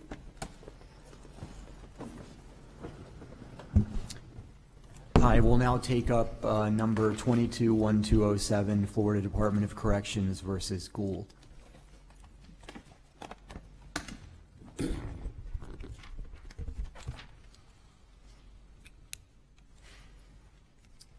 Thank you, Mr. Chief Justice, and may it please the court, Christopher Bound for petitioner. In 2014, the legislature significantly increased punishments for sex offenders. As relevant here, the legislature enacted section 944.275(4)E, which prohibits the department from granting incentive gain time to inmates whose offenses were, quote, a violation of, among other things, the sexual battery statute. Now, precedent, practice, and policy all make clear that the legislature was using a term of art when it used the term a violation of, and that term of art encompasses attempt offenders like respondent here. Before you get into that, can we ask you, is our decision on this academic in light of the statutory changes? And I'm asking because it seems like now if someone who committed one of these crimes goes and says, okay, I'd like to be considered for incentive gain time, and you open up the statute book, it seems like now, because of the change that the legislature made, whether they needed to have done this or not, they're clearly now distinguishing between, you know, the period between October 2014 and July 2023, and then, you know, they added attempts to the other. So assuming that the calculation is going to be done at a time when this statute is in effect, does it really matter what we say about what the previous wording of the statute meant? I certainly think it does matter, Your Honor, because I think it's pegged to when the offense was committed. So the prior version of the statute, which is at issue here, I think applies to all offenses that were committed after 2014. And the new version of the statute is only after 2023, so it's only prospective. And so you're still talking about a universe of offenders who fall into that window. But the revised statute explicitly deals with the period between 2014 and 2023 on its face. So it kind of accounts for that gap, and it treats them differently. Well, I don't think it treats them any differently according to the terms of the statute. And I'd be happy to hear how it treats them different. I'm sorry, go ahead. No. I mean, Well, on its face, it sure looks different, doesn't it? well, as to the new offenders, that's certainly true. Well, but when you compare the two, I mean, Yeah, it's just I mean, like now there's something new now that the scope of it is broadened under the plain terms from what it was under the earlier period. Correct? Well, I think the statute is more clear that that's who it applies to. But I don't think that the legislature's new statute in 2023 has any effect on the meaning, the original meaning of the text that the legislature enacted in 2014. Right, but my point is, does it even matter? Because now there's no way that we could now read E1 as it's written and say that is a violation of includes attempts, just because of now the context with what has been added right after it. So that's no longer an option. I'm not sure I agree with that, Your Honor. I don't see why the court could not read, quote, a violation of to include attempt, even though this particular legislature thought it important to clarify that because it knew this case was pending. So so the way the statute is written now, you would say that we could still read E1 to cover attempts, even though E2 makes an explicit textual distinction between attempts and fully completed crimes? Yes, Your Honor, I do. I mean, come on.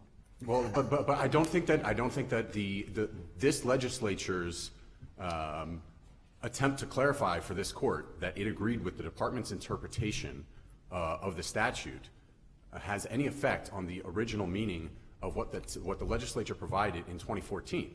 And that is what this court is looking to, is what did the legislature mean in 2014? Right. I guess, no, I agree with you, but the point is that statute isn't there anymore. It's gone. And so now if the DOC is trying to calculate whether someone can be entitled to this, they're not going to look at what the old statute said. They're going to look at this. I mean, is that premise incorrect?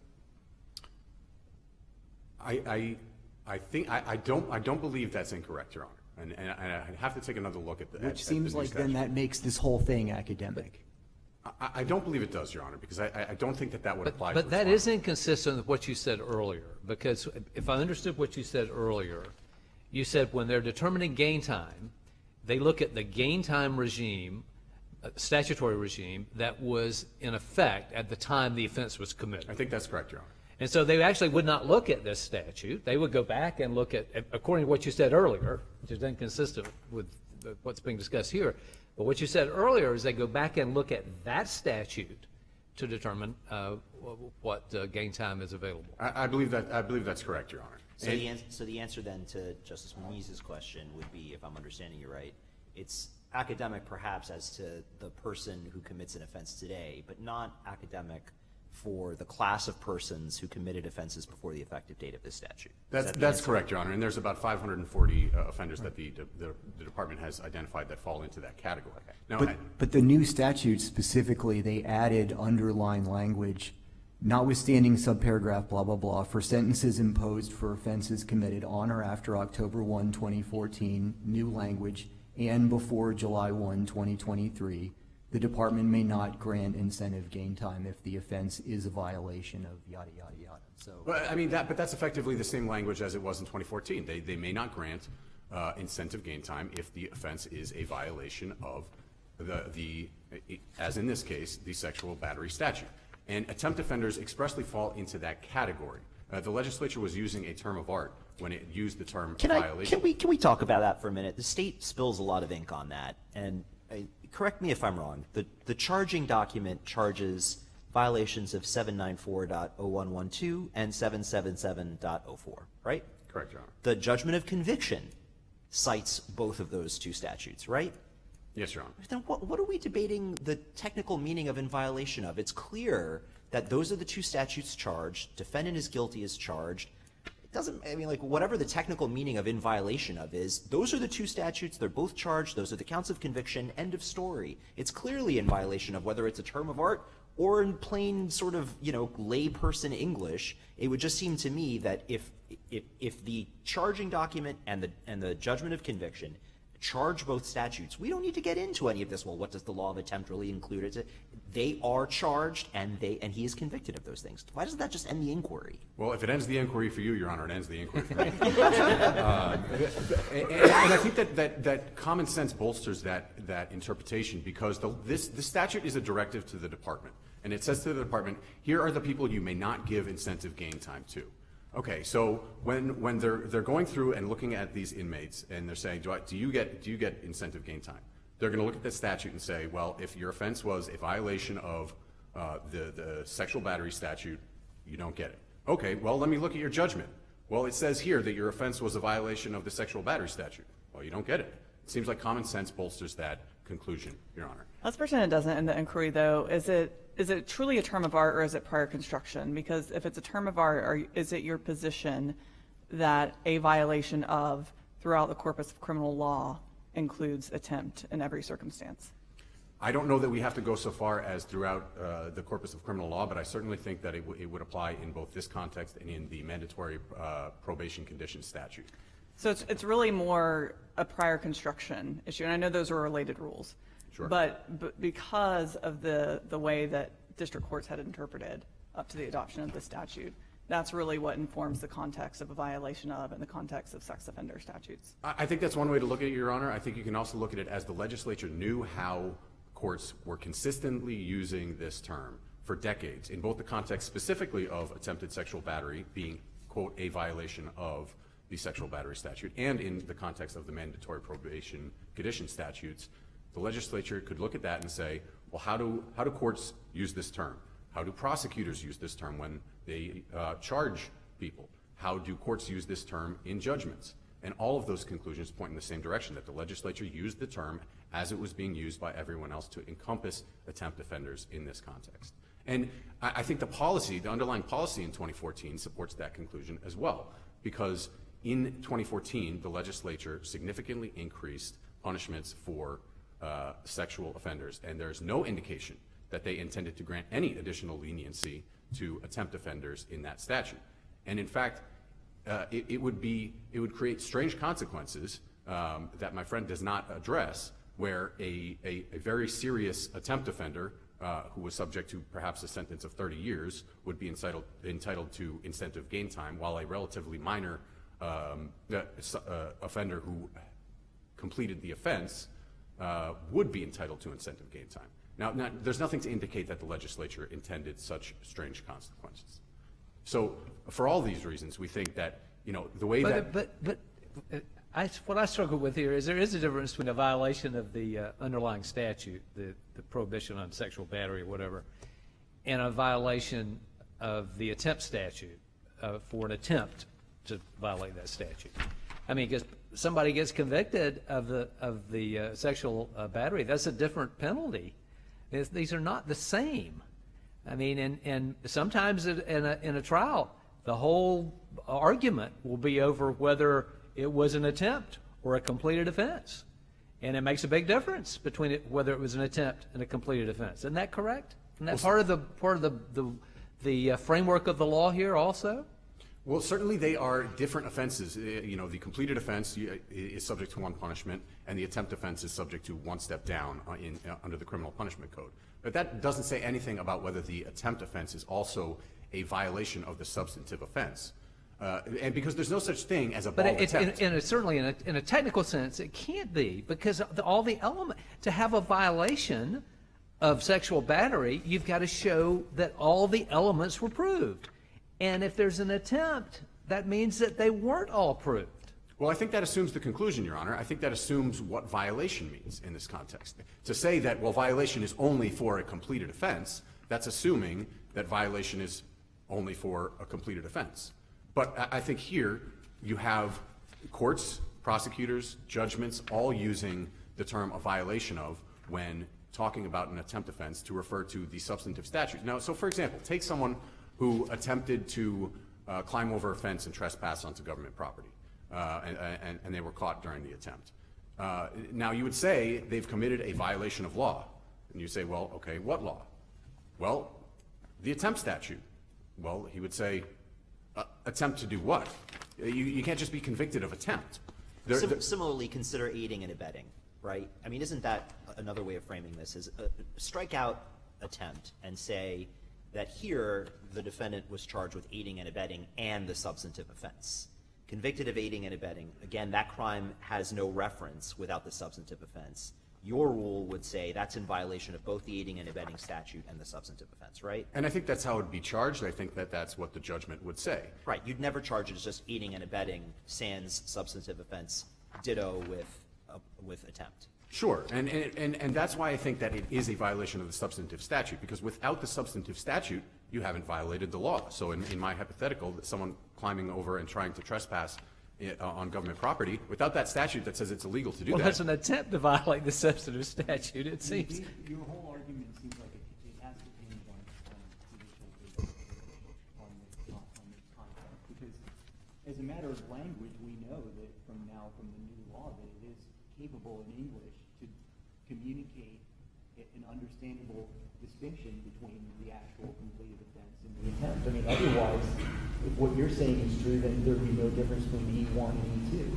No, Your Honor. I think that the only thing that the new law makes clear is that the legislature saw that this case was pending and said, well, if we lose that case because this court disagrees with the department on what we meant in 2014, we want to make sure that going forward we are crystal clear.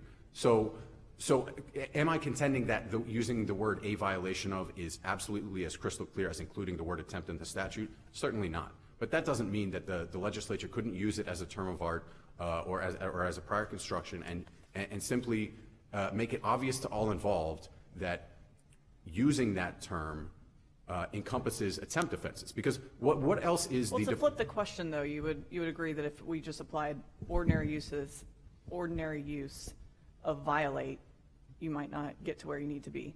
I don't know that that's necessarily true, Your Honor. I think there are some understandings of that ordinary use that could lead to that conclusion, yes. But I think another way of looking at it is under the ordinary use for the department to whom this statute is directed, what is the person looking at the inmate's record going to conclude whether they are entitled to incentive gain time? If their judgment says their offense was a violation of the substantive statute, it would not be commonsensical for them to say, yes, but it was an attempt offense, and therefore that doesn't meet the definition of the statute. When it says right there, it echoes the statutory language. So I think that in that sense, there are competing common sense understandings of how this would come out. But in any event, I don't think the common sense carries the day here because there's such strong evidence on the.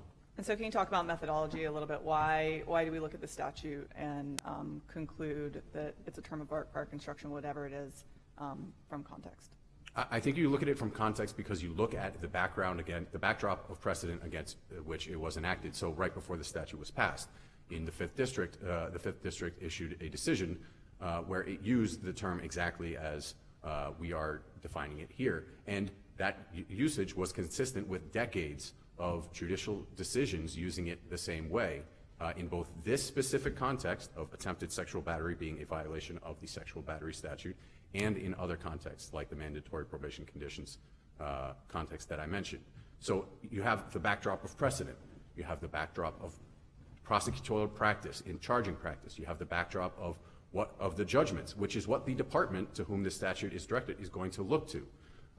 And you have the policy. Nothing in the 2014 statute indicates that there was anything that the legislature wanted in any way to carve out these attempt offenders for some type of more lenient treatment than the completed offenses. So for all these reasons, we think that the department's interpretation is correct. And could I ask you just one thing briefly? I don't think anybody talked about this in the briefing. Is there any conceivable application of the rule of lenity in this context? And on the theory that when the statute specifies these offenses that are subject to gain time and not, that in a way that's a definition of an offense, and that when we look at the definition of offenses wherever, the accused is entitled to the benefit of the doubt. So for a couple of reasons, the rule of lenity has no application here. First, this is not a substantive criminal statute. This is something setting forth when the department may grant incentive gain time within its discretion to certain offenders. So it's not a question of, well, does the criminal defendant have notice of what type of offense they would be punished for? But even if the rule of lenity could conceivably apply in this case, it doesn't apply here because this court has made clear that the rule of lenity applies only when, after exhausting all of the traditional tools of statutory construction, the court is still left with a grievous ambiguity about what to do, what the statute means. And I don't think that there's any question that using the traditional tools of statutory interpretation here, the court could come to a conclusion one way or the other.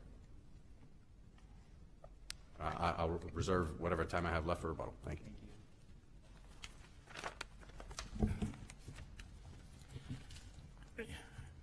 Your Honors, may it please the court, my name is Terrence Kehoe. I represent the respondent in this case, McMillan Gould. This decision of the First District Court of Appeal must be affirmed because the gain time statute at issue here, 944.2754E, does not apply to Mr. Gould's conviction for attempted sexual battery. The fact that the judgment and charging document states that 794.011 it was a violation does not resolve this issue. The question is, did he commit a violation of section 794.011? And as Justice Kennedy pointed out, to prove a violation of section 794.011, if you asked 100 felony prosecutors, they would say you have to look in the text at 794.011. I think subsection 2 has the crimes, and you have to be able to point to somewhere in that statute that this defendant violated. And you can't do that in Mr. Gould's case because what he violated is 77704. All right? 77704 is an independent statute. And throughout the statute, first of all, subsection 1 sets forth the crime. Is the judgment of conviction? I'm sorry? Is the judgment of conviction wrong to state the substantive offense? It is. So would your position be that every time a defendant is convicted of attempt to commit some substantive crime, the proper rule to emerge from our court would be that the judgment of conviction should only state the crime of attempt as an inchoate standalone with reference to no other element or no other substantive offense? Well, the problem is judgment of conviction, all the clerk does on judgment of conviction is take whatever's in the charge document. There's no thought process that goes. Well, we hold those judgments of convictions pretty seriously in regard. There's no question about it. But the way those numbers get in there is the clerk takes it from the charging document and puts it in there, okay? There's no judge that's looking at that and saying, okay, these are the right numbers or those are not the right numbers. But the bottom line is that... Well, and it's important to know what the attempt relates to, because you can't determine the penalty without knowing what it relates to, right? Number one, we agree that you can't attempt in thin air. An attempt is, you got to have the attempt and you got to have a criminal statute, all right, that set forth in Florida law that the person attempted to commit. But that's to put the defendant on notice, okay, to satisfy due process and notice requirements to let the defendant know what is it that we think you attempted to do wrong, all right? But that's different from saying, defendant, you committed a sexual battery, all right? But aren't there words for that to the term of art discussion? In violation of is broader than a conviction of this substantive offense. The department is using the term of art to try and get around the plain language. The plain language is a violation. There's no ambiguity here. Common sense tells you that a violation of means he committed that statute, that specific statute. And we know he did not commit 794.011. The first DCA says, you know, common sense requires you to understand that if you're charged with attempting to do something, that means that you didn't get all the way to the completed act. So, again, you got to look at 704, the attempt statute. Subsection 1, they tell you what it is, what an attempt is. Throughout, it talks about the offense of criminal attempt 6 times in section 4. And then it talks about the substantive offense that you have to violate. The other part about it is in section 4, it talks about, and I'm going to read the language, it differentiates for penalty purposes, for the purpose of sentencing, and it says, and then determining gain time eligibility. So right there in the attempt statute, it's drawing a distinction. The type of crime, the type of penalty, gain time eligibility is different from the substantive offense. 774 all sets that out, and it sets out specific defenses. There's a specific jury instruction for attempt. So he was not, well, of course, this is a plea case, but there's no way that you can look at this charge and say that, no,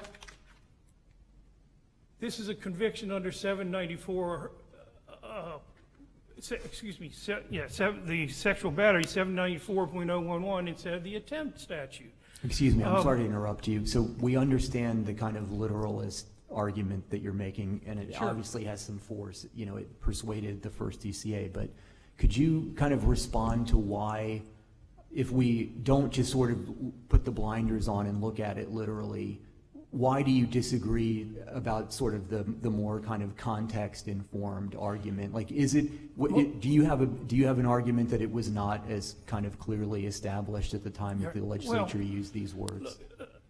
the cases I cited in the brief, Gradine and Tipton, dealing with homicide, all right? This court had said that attempted homicide is not a homicide offense. To have a homicide offense, you have to have a death, and in an attempted homicide, you don't have a death, so attempted homicide is not a violation of 78204, okay? Same theory here. You have an attempt, but you don't have the completed crime. An attempted sexual battery is not a violation of the sexual battery crime for the same reason that attempted homicide is not a violation of the homicide statute, okay? So you can talk all you want about practice and all of that kind of stuff, but the only 4 cases that have ever discussed gain time and attempted sexual battery have said that a person convicted of attempted sexual battery is eligible for gain time, whether basic on some of the cases or incentive under Gould, all right? One of them's from the 5th DCA. The 5th DCA cases that the state is arguing are in conflict are all sex offender probation cases for attempted sexual battery. And they if Gould is allowed to stand, then we're going to change the law on sexual offender probation. But that's not true, because under the sexual offender statute and the sexual predator statute, attempts are already included. So that law is not going to change, okay? But what happened now is the legislature in 2014, all right, that's what they're relying on, this big change in the law. But Zoff is 1996, when the first DCA said attempted sexual battery is eligible for gain time, all right? All those years, Zoff is on the books, and there's no addition to the language. And Gould comes along, of course, and now the legislature says, you know what, we need to clear that up. We need to change that. We want to change, which is their prerogative, no problem. I think the question that came up earlier, and I think, Chief Justice, you raised it, the 2023 statute does not apply to this appeal, okay? Right. Will it apply to your client? Regardless it of wouldn't what we apply do? I don't think it applies to my client. My client is under the gain time regime that was in effect from when he's convicted in 2016 on out, okay? The statute, the 2023 statute says it applies to people convicted of attempts, solicitations, conspiracies, as well as the substantive offenses. I think it says on or after July 1, 2023, okay? So if Gould was convicted today of this offense, no incentive gain time, absolute clear as a bell, all right? But Gould is not, if Gould was convicted on June 30th of 2023, he doesn't fall under that statute, okay? So I think, Justice Kennedy, you're correct. The old statute is what we got to deal with. I bring up the new statute because it shows the legislature, when they want to, can say, knows how to put attempt in I don't know that this makes any difference, but in terms of the enactment of this legislation, there's no indication that the legislature was trying to clarify what they had done previously. I mean, sometimes the legislature will say, oh, you're wrong, the courts, that's not what we meant, we're clarifying it, to attempt to clarify it retroactively. Whether that will work or not, it's a different question. But there was nothing like that here. Now, Judge, I'm glad you brought that up. Years ago, predates all of you, but there's a case, Chicone. That's going way back. Predates all of you on this court, I should say. I apologize. There was a case, Chicone and Scott, out of this court that dealt with is the element of knowledge part of the possession of drugs, okay? And this court said that it was. In the very next legislative session, they say, we're changing the statute because we think the Florida Supreme Court got it wrong in Chicone and Scott. And that's part of, one of the first statutes is 893. It says that, plain as land. They didn't say that here. They just said, you know what, we're going to change all this stuff. And it's not just 944, 275 that they changed.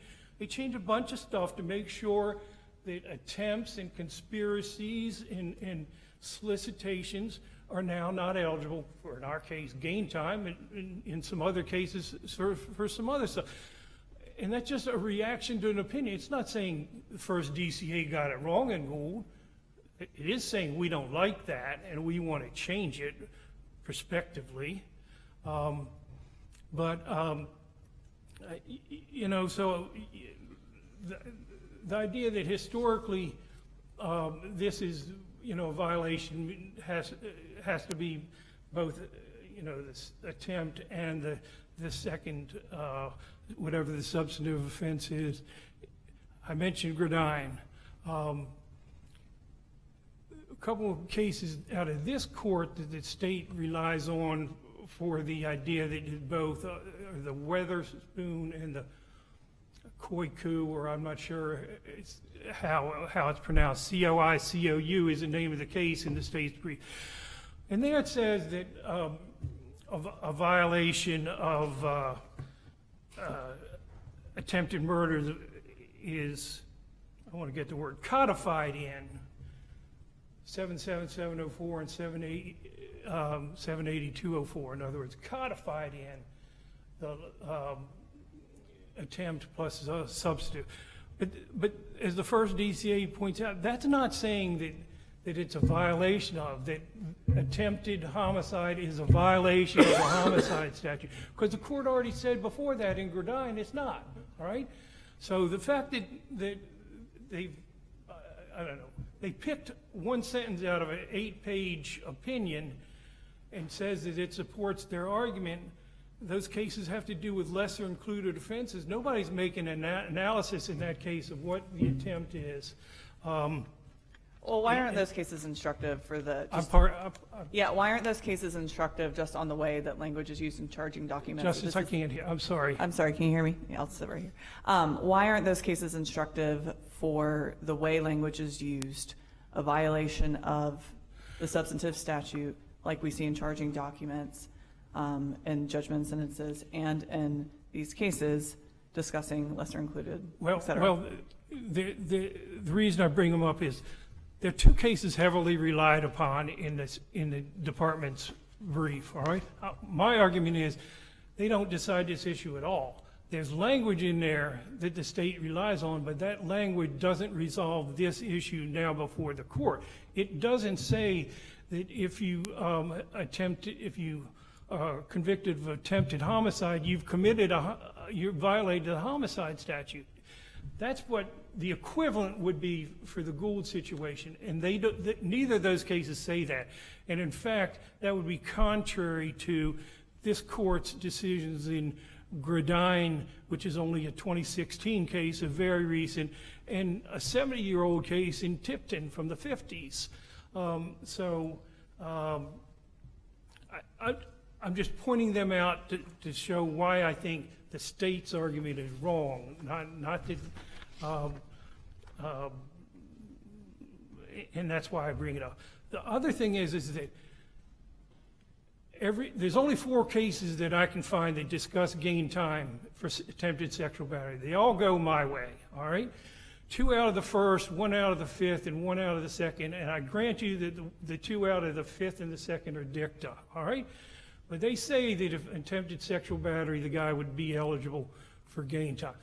The state, no case, they have all this term of art and this, that, and the other, they have no case, all right? In all the years that gain time has been in existence in this statute 944-275, no case that says that attempted sexual battery, the person is not eligible for gain time. From the beginning to obviously 2022. Pardon me?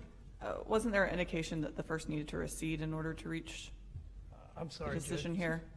Was there any? Didn't the first DCA in this case discern that they needed to recede from precedent in order to reach the decision here? Didn't the first DCA? I apologize, Justice. I'm not here. Yeah. I guess if you take Wilcox, for example, sure, and the first DCA, why couldn't have that case been informative in determining whether or not? Because Wilcox is a sexual offender probation case. It's not a gain time case. Zoff was a gain time case. Gould is a gain time case. Wilcox has to do with sexual offender probation, and it's not the same. They do not, the words gain time are not discussed in Wilcox. They're not discussed in any of the 3 Fifth DCA cases that the state is cited for conflict. I argued before that I don't think there's conflict, but we're here today, and I'm going to address the issue on the merits, but I firmly believe there's no direct conflict. But I think this is a common sense issue. I would submit to you that a violation of Section 794.011 means the 4 corners of that statute. Gould was not convicted of that type of a offense, and I would ask you to affirm the first DCA. Thank you very much. Thank you.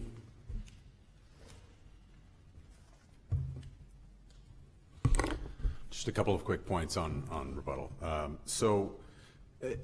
Again, the question is not what the attempt statute says. The question is what the 2014 statute means when it says a violation of. And at best, there are competing common sense conclusions about what that term means. For example, an offense can't be a violation of the attempt statute standing alone. It has to also be a violation of something else. I'm sorry, I have a quick question. Can you respond directly to opposing counsel's point that you don't have a single case that says that the attempted sexual battery is not eligible for gain time? So I don't think this issue has come up since 2014, except in this case. So okay, so he is right that you have no case law supporting that. The question that was addressed in all those previous cases was about basic gain time, and the language in that statute was different and didn't involve, quote, a violation of. And of course, those cases couldn't have been interpreting the 2014 statute as they all came before 2014. So you have these competing common sense conceptions of what a violation means. But then against that, you have the backdrop of precedent against which the legislature was acting. You have the practice, you have the prosecutorial charging documents, you have the judgments, you have the idea that the legislature is telling the department who gets incentive gain time and who does not, and what is the department going to look to? They're going to look to the judgments. The judgments say exactly what the statute says, which is a violation of. And the department has been doing it in this fashion since 2014. And there has been, and when an indication arose that interpretation might not be correct or that this court might not agree with it, the legislature stepped in and made crystal clear that yes, that is what we want going forward. Now, we're not contending that's some sort of legislative clarification or anything, but we just don't think that it sheds any light on the meaning of what the legislature enacted in 2014. So for all these reasons, petitioner respectfully requests that the court quash the first district's decision. Thank you very much. Thank you.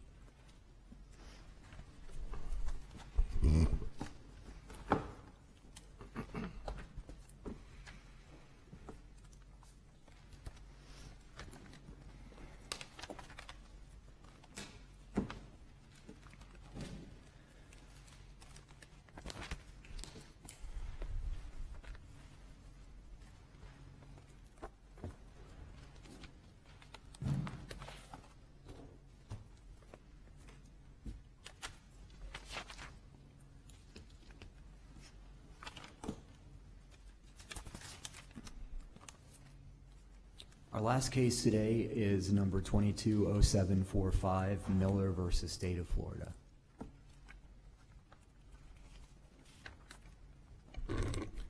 May it please the court, my name is George Burden.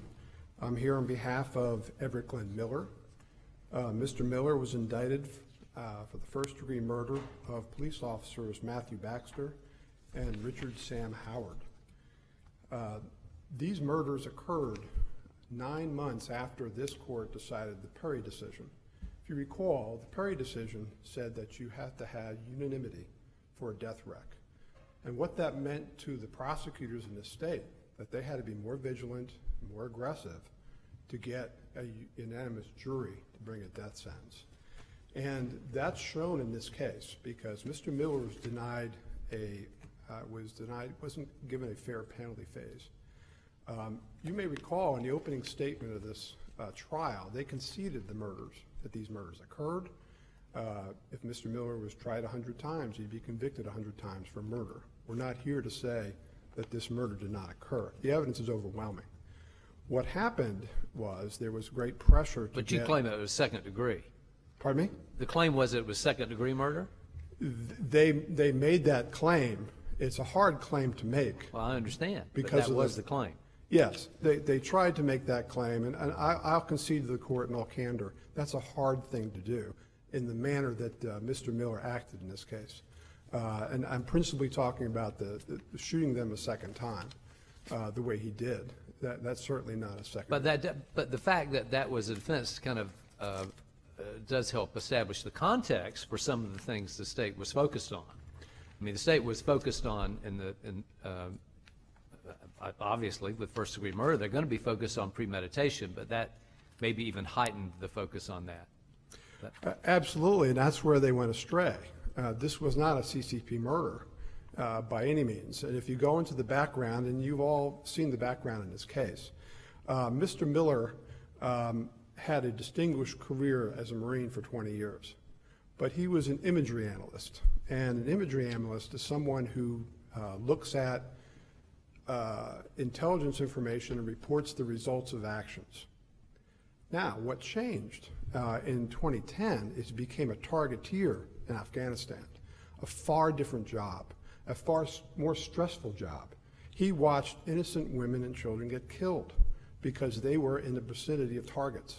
Watched it over and over again. It was great pressure. It affected him. The record is replete with him explaining how that affected him. That was the difference. I submit to this court, if he had left the service in 2010, we would not be here today. And that's where his problems began. He had to quit that job because of the stress. And then what failed him was the VA. And let me explain why. He may recall a month before this incident was Baker acted. And he was Baker acted because he, by this point, we don't disagree he was suffering from PTSD. But he was also suffering from severe depression to the fact that it was diagnosed as being bipolar depression. And if you look at the record, 4 days before this murder, he went to the VA and he complained about his symptoms. And they said, well, why aren't you taking your medicine? He goes, well, but medicine is in my girlfriend's house and she threw me out. So he's no longer being medicated. And he was involuntarily held, and he was only released because he was medicated. So here you have a person, days before this, sitting at a neighbor's house on his couch watching videos of law enforcement acting against African-American gentlemen. That incensed him greatly. And you got to remember, he had delusions through this period because of this situation. He was not the person he was just 3 months before. This sounds to me like this is all very significant in mitigation. Yes. But I'm not sure you're helping your case about whether this means that this isn't a CCP murder. And what I mean is, sort of separate and apart from these sort of horrible things in his background, you're making an argument elsewhere in this case that the state didn't need to put before the jury Ms. McNabb's, expert testimony.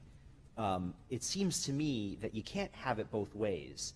Either the state needed Ms. McNabb's testimony to contextualize all of the sort of stuff you're saying and to demonstrate that it connected to something in his mind that made him carry through a murder with a particular motive, or it didn't, because if you jettison Ms. McNabb's testimony, it seems to me this is still a CCP murder precisely because he had the idea of targeting certain officers, killed them sort of execution style, called one over for the obvious express purpose of killing two instead of one.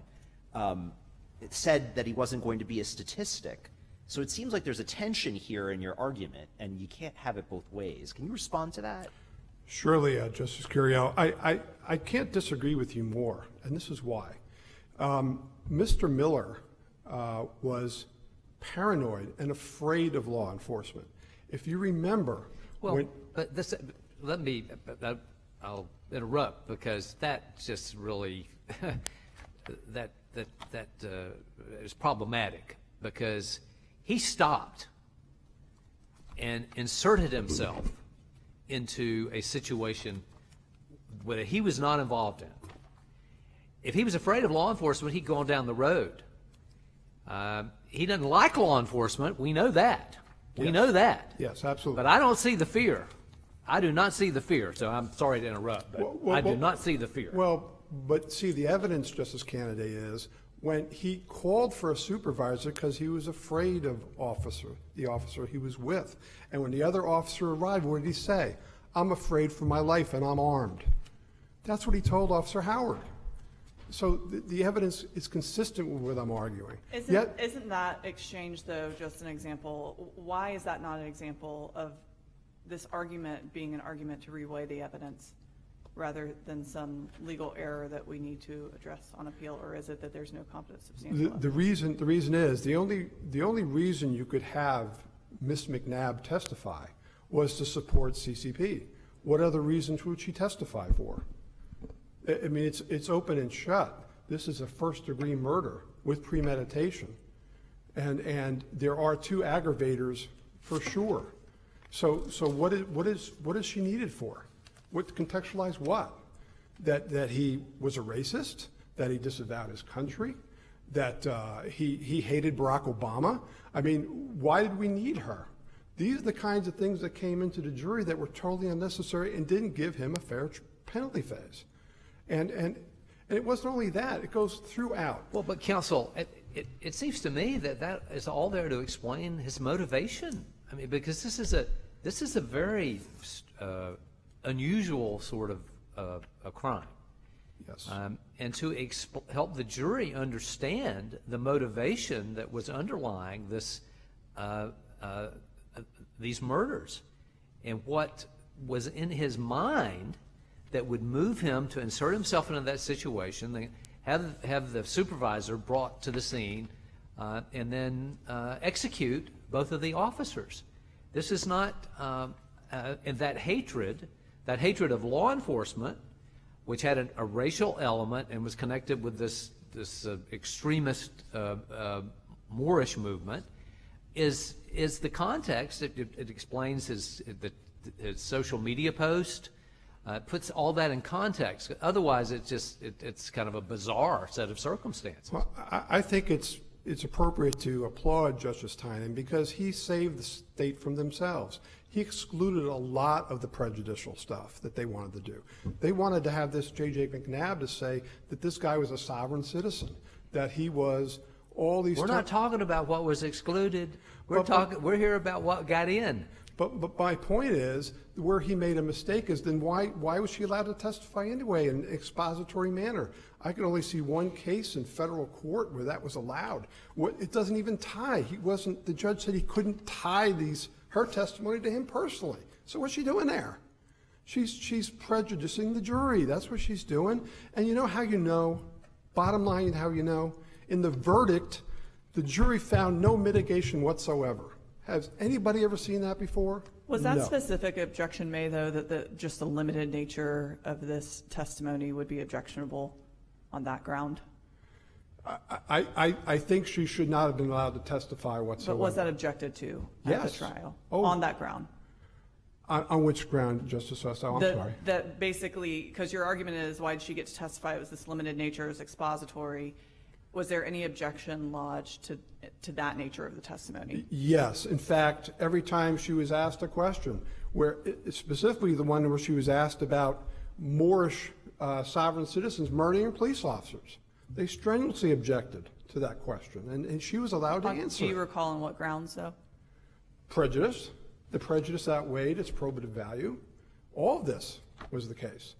And just to get the real tenor of this, if you look at the victim impact evidence, you had 8 minutes of a video of these gallant officers, public servants in their uniforms. Now, the jury could never see a picture of my client in his uniform with his exemplary career. He wasn't allowed to see that.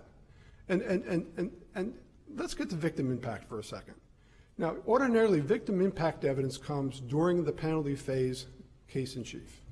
Well, because of some kind of mistake with equipment, they weren't ready, so they pushed on anyway, and then they let it put in rebuttal. Just minutes before they went to deliberate. Well, but partly that's explained by the fact that the objections by the defense, the specific objections by the defense to what the state wanted to put on, were a little late, and the state had to adjust based on those objections. The state had to go through a process. Isn't that correct? Justice Kennedy, you're absolutely right. And you know what? The defense argued, let's do it another day then. Let's not have this together. That was their answer. Let them fix it. Let them do it in proper order. But the judge didn't want to go another day. And it was a big mistake because now the decision is based on emotion, not on the facts. When you see 8 minutes of these gallant officers serving and protecting us in their uniforms for 8 minutes, he did ban the music. Like I said, Judge Tyne did a great job in trying to keep this within the lanes. Then they have to go decide penalty. That's totally improper. You can't say the jury wasn't affected by that. You just can't. And you know, J.J. McNabb, I made an analogy in the brief. The military occupational specialty code of my client was 0241. Now you add up those numbers, it makes 7. Now in her proffer, she said, well, he's a part of this group because he uses in his media posts that number. But she hadn't testified to that when that was brought up by the defense. I know, but it before shows the jury. The defense got into that with the jury, not Ms. McNabb. Isn't that correct? Yes, Justice Kennedy, but doesn't it demonstrate to you that she's not an expert? Certainly it does. Not only that, she's an expert because she does content analysis, which is not recognized at all in this state as a proper scientific method. That she watches a news program and sees the content, and now she's an expert. Like Trekkies who watch Star Trek, and now they're expert on Star Trek. It just doesn't work that way. Now, the state brought you the Batiste case. Well, it seems obvious that she had an extensive body of knowledge, which she had used in teaching for various governmental entities, doing trainings for various governmental entities. Admittedly, she was not an academic, but we don't have any law that says you have to be an academic or to be an expert. Isn't that correct?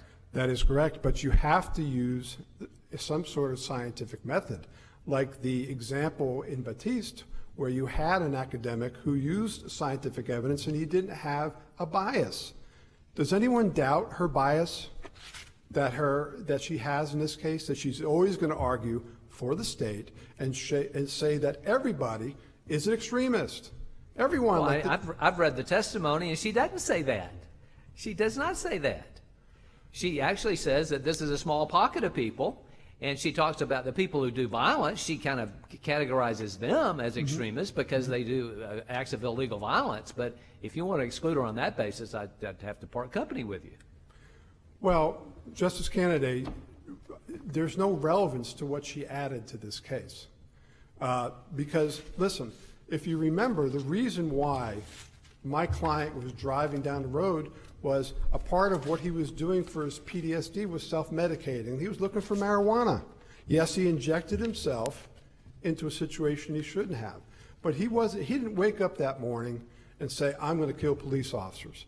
And if you look at the sentencing order, Justice Tynan, he reflected on the fact that he was armed. This is CCP because he was armed. He was always armed, day in and day out. It had nothing to do with CCP that he was armed. He had no plan on killing anybody that day. None. And what happened, like I said, and it sounds like, Justice Kennedy, you don't accept this, but he felt threatened. He was paranoid. He wasn't taking meds anymore. He was unshaven, unshowered, wearing the same clothes every day, like somebody who is mentally ill. And I am mindful that this court has rejected mental illness in the CCT context. I disagree with that.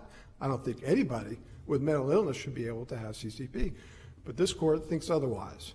So, but nonetheless, that was the reason this happened, was that, and remember, if you look at the video, there were people shooting the video. The initial encounter occurred. You could see how agitated he was. And doing his job, I'll tell you that Officer Baxter asked for his license. And what did Mr. Miller say? You want my effing license? You come over to my car, and started screaming at him uncontrollably, rudely, and improperly. This was a career Marine who would never, anybody who ever knew him would ever act that way. And he was that. Well, he had an episode there, the court-martial. I think that court-martial. I don't want to make too much out of that, but there is that. Well, if you look at it, I think the defense did a good job in mitigating that situation by what actually happened.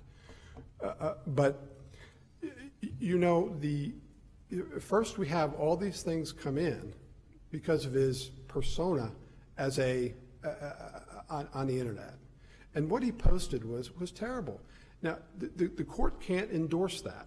They can't endorse this kind of information coming before a jury. They can, his animus against police, certainly. That was relevant, that should come in, but still, to do what? We all know he didn't like police for what they were doing. But the point is that was all intertwined with this belief system that he identified with, because he refers to himself as a Moor, and the subset of that is racist and is violent. I mean, that fits with the things he said. Absolutely, and I'll tell you that it was very telling when he met with Mr. Albright, a man he served with for many years, and he volunteered. He showed his gun, and I'm not going to be killed by police like my brothers are. I'm not going to become a statistic. That's not going to happen to me. I'm armed. And if now the state characterizes it as harassed, and Judge Tynan harassed, but if I feel threatened, I'm going to defend myself, is what he meant. Not if I'm simply harassed by them. That's what the state characterizes it as. But if I feel threatened, and he told Officer Howard he felt threatened. And so there's no eyewitness to the shooting. We don't know if they tried to take him into custody because of the way he behaved. Maybe they thought he should be Baker acted again, the way he was behaving. It was so over the top.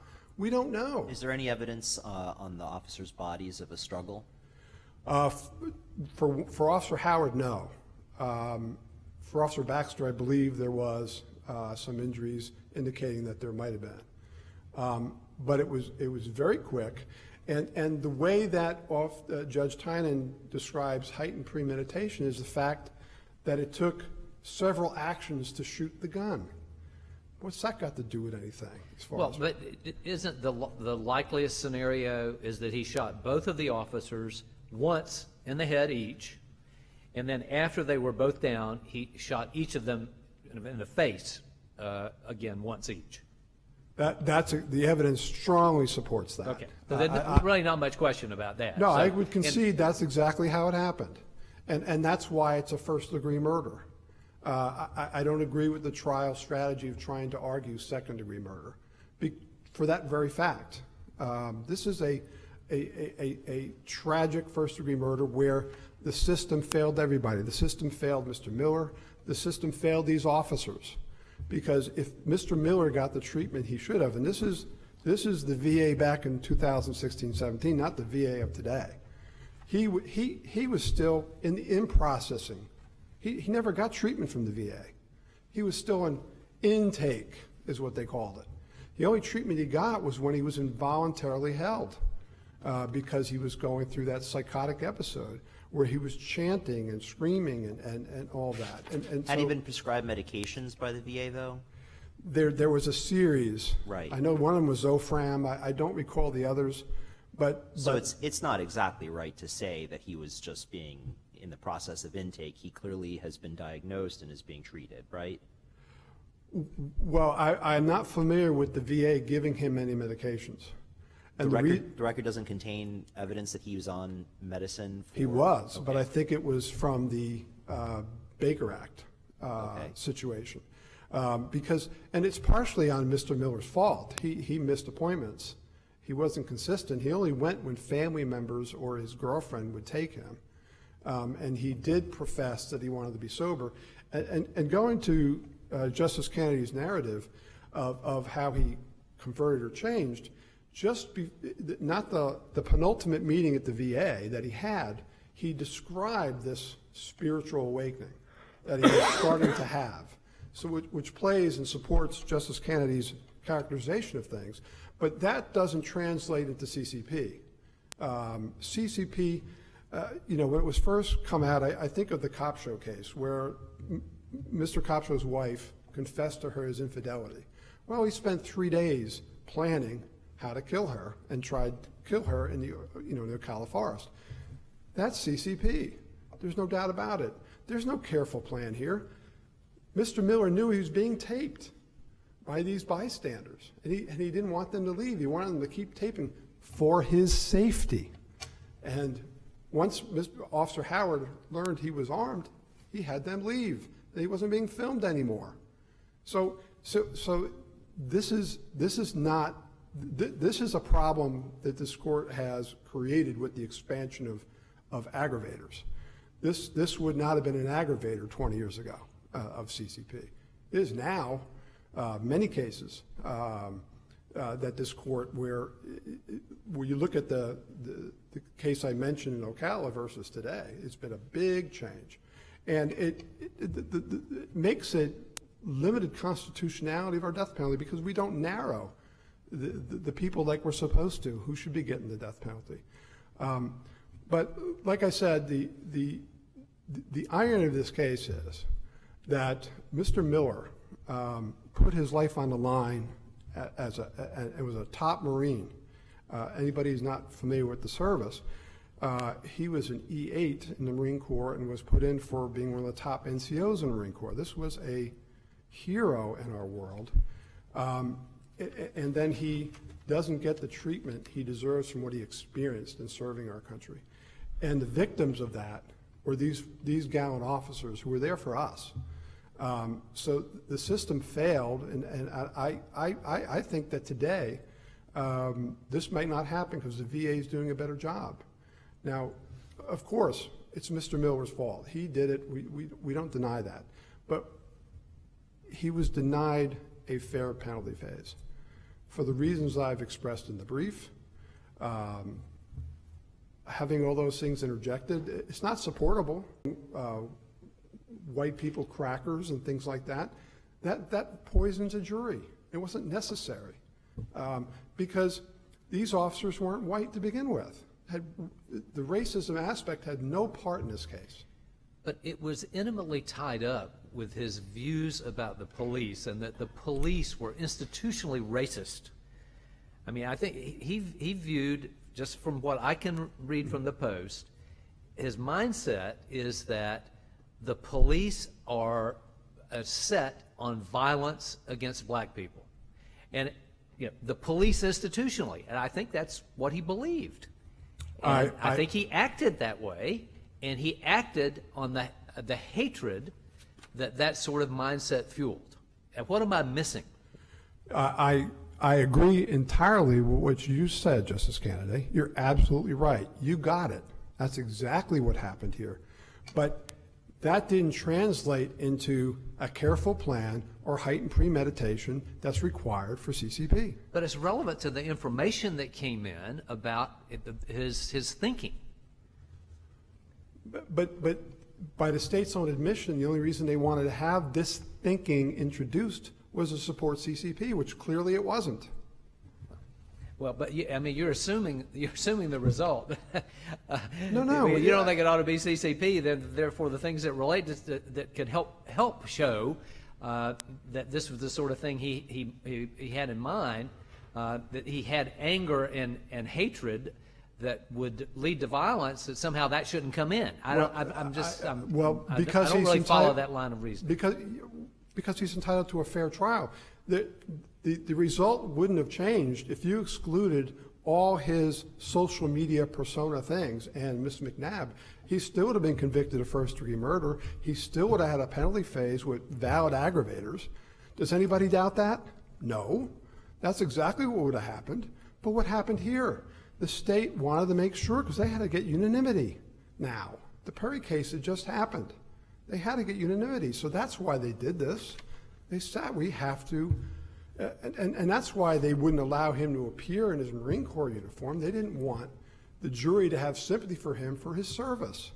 But they had no trouble having out-of-sequence victim impact of the victims in their uniforms for 8 minutes, just before they had to decide penalty. It wasn't a fair penalty phase trial, and he's entitled, he's earned it through his service to this country to have a fair penalty fund. That's what he fought for. Well, everybody's entitled to a fair trial. Yes, sir. Regardless of their service or their lack of service. Yes, sir. For that, I will, any questions, I will go back for rebuttal. Thank you. Good morning. May it please the court. My name is Patrick Bobeck, and I represent the state in this case. I want to start with a point Justice Carriol made about the reason J.J. McNabb's testimony was relevant in this case, and that was to contextualize this crime. The state had a very hard question to answer for the jury. Why did a 20-year decorated Marine vet kill 2 police officers in the middle of the street? What drove him to such violent public behavior? And the answer was he was radicalized online. His life was spiraling out of control. He was angry, and he externalized that anger to something else. And he latched onto this belief system, this Moorish belief system. And part of that was, as you said, tied in with his anger toward police. He focused on that. And that became an all-encompassing motive for him. The evidence doesn't show that he was scared of police. The evidence shows that he hated them and he wanted to strike back. He kept saying he wasn't going to be a statistic. He said if they come for him, he's ready. Not, I'm scared, I need to get away from them. And then in this case, he's the one who initiates the contact. This wasn't a traffic stop. He wasn't surprised by the police. He saw a police officer who, by his own admission, later to another inmate, he knew from around the area and who he felt was harassing people. And so he saw Officer Baxter. The occasion to fight back against police hadn't happened organically, so he took the opportunity to make it happen. I think the moment he saw Officer Baxter, he decided he was going to commit murder. And that's where we get the CCP here. The gun that was used in this case was very unique. It's not the typical handgun where you can keep firing the trigger and it shoots out a bullet. Every time you want to shoot a bullet, you first have to pull it back the hammer. It's also extremely small. There's a video of him online where he showed his son that it could fit in the palm of his hand. And then immediately after, he practices headshots at 10 yards, and he hits 5 shots in about 6 seconds. 3 or 4 days later, 2 police officers were shot in the back of the head in the middle of the street. CCP was also supported by the fact that he asked for a second officer. If he's so scared of police, and he's a Marine veteran, so he should have some sort of experience with tactics, why would he purposely outnumber himself?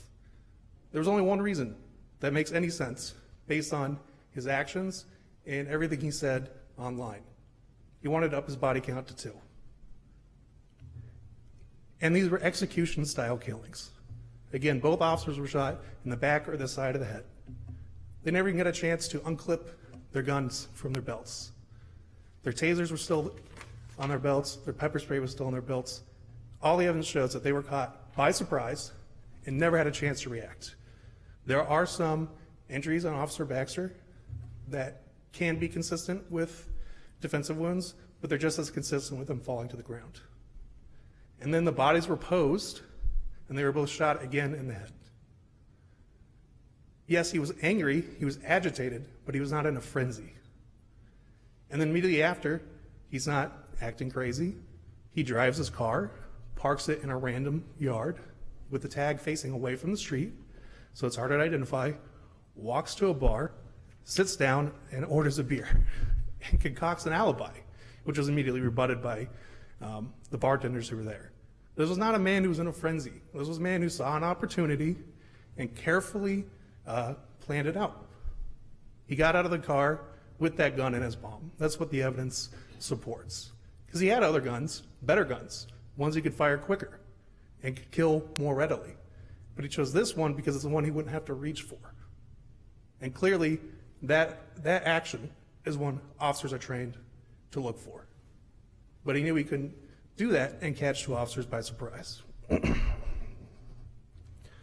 Finally, I just want to briefly talk about the victim impact evidence. As was pointed out, the weird procedure that happened here was partly invited by the defense. They had a late objection that would have, this was a case, it's unclear to me why there was such a big delay, but there was a big delay between the guilt phase and the penalty phase. It had already been a matter of months. And then the day of trial, the defense is asking for another continuance so that there can be edits made to this video. So while they initially objected, they eventually agreed to let the state present it in their case in chief before their final defense expert. So it wasn't right before the jury went out to deliberate.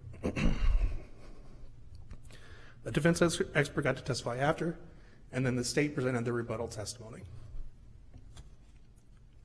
And as the judge pointed out, it was only about 8 minutes of an already 5-day penalty phase trial. Excuse me. If there are no other questions, I would rest on the briefs. Thank you.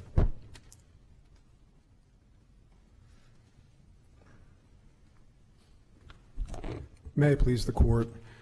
I just want to address to one comment my good friend, the Assistant Attorney General, said about a careful plan. There's no careful plan here exhibited by my client. None whatsoever. Who does a careful plan and has bystanders videoing him in his interactions with the police and he's going to kill him? What careful plan is that? None. And there was no heightened premeditation either. He was, as Justice Kennedy correctly identified, had great animus to the police. Evidence is overwhelming of that. And just because he had that doesn't translate into CCP. And the reason that's important is because that's the only way the state can even say we should have the testimony of J.J. McNabb, who is not an expert on anything. If those aren't any other questions, that concludes my presentation. Thank you very much. We're adjourned for today. All rise.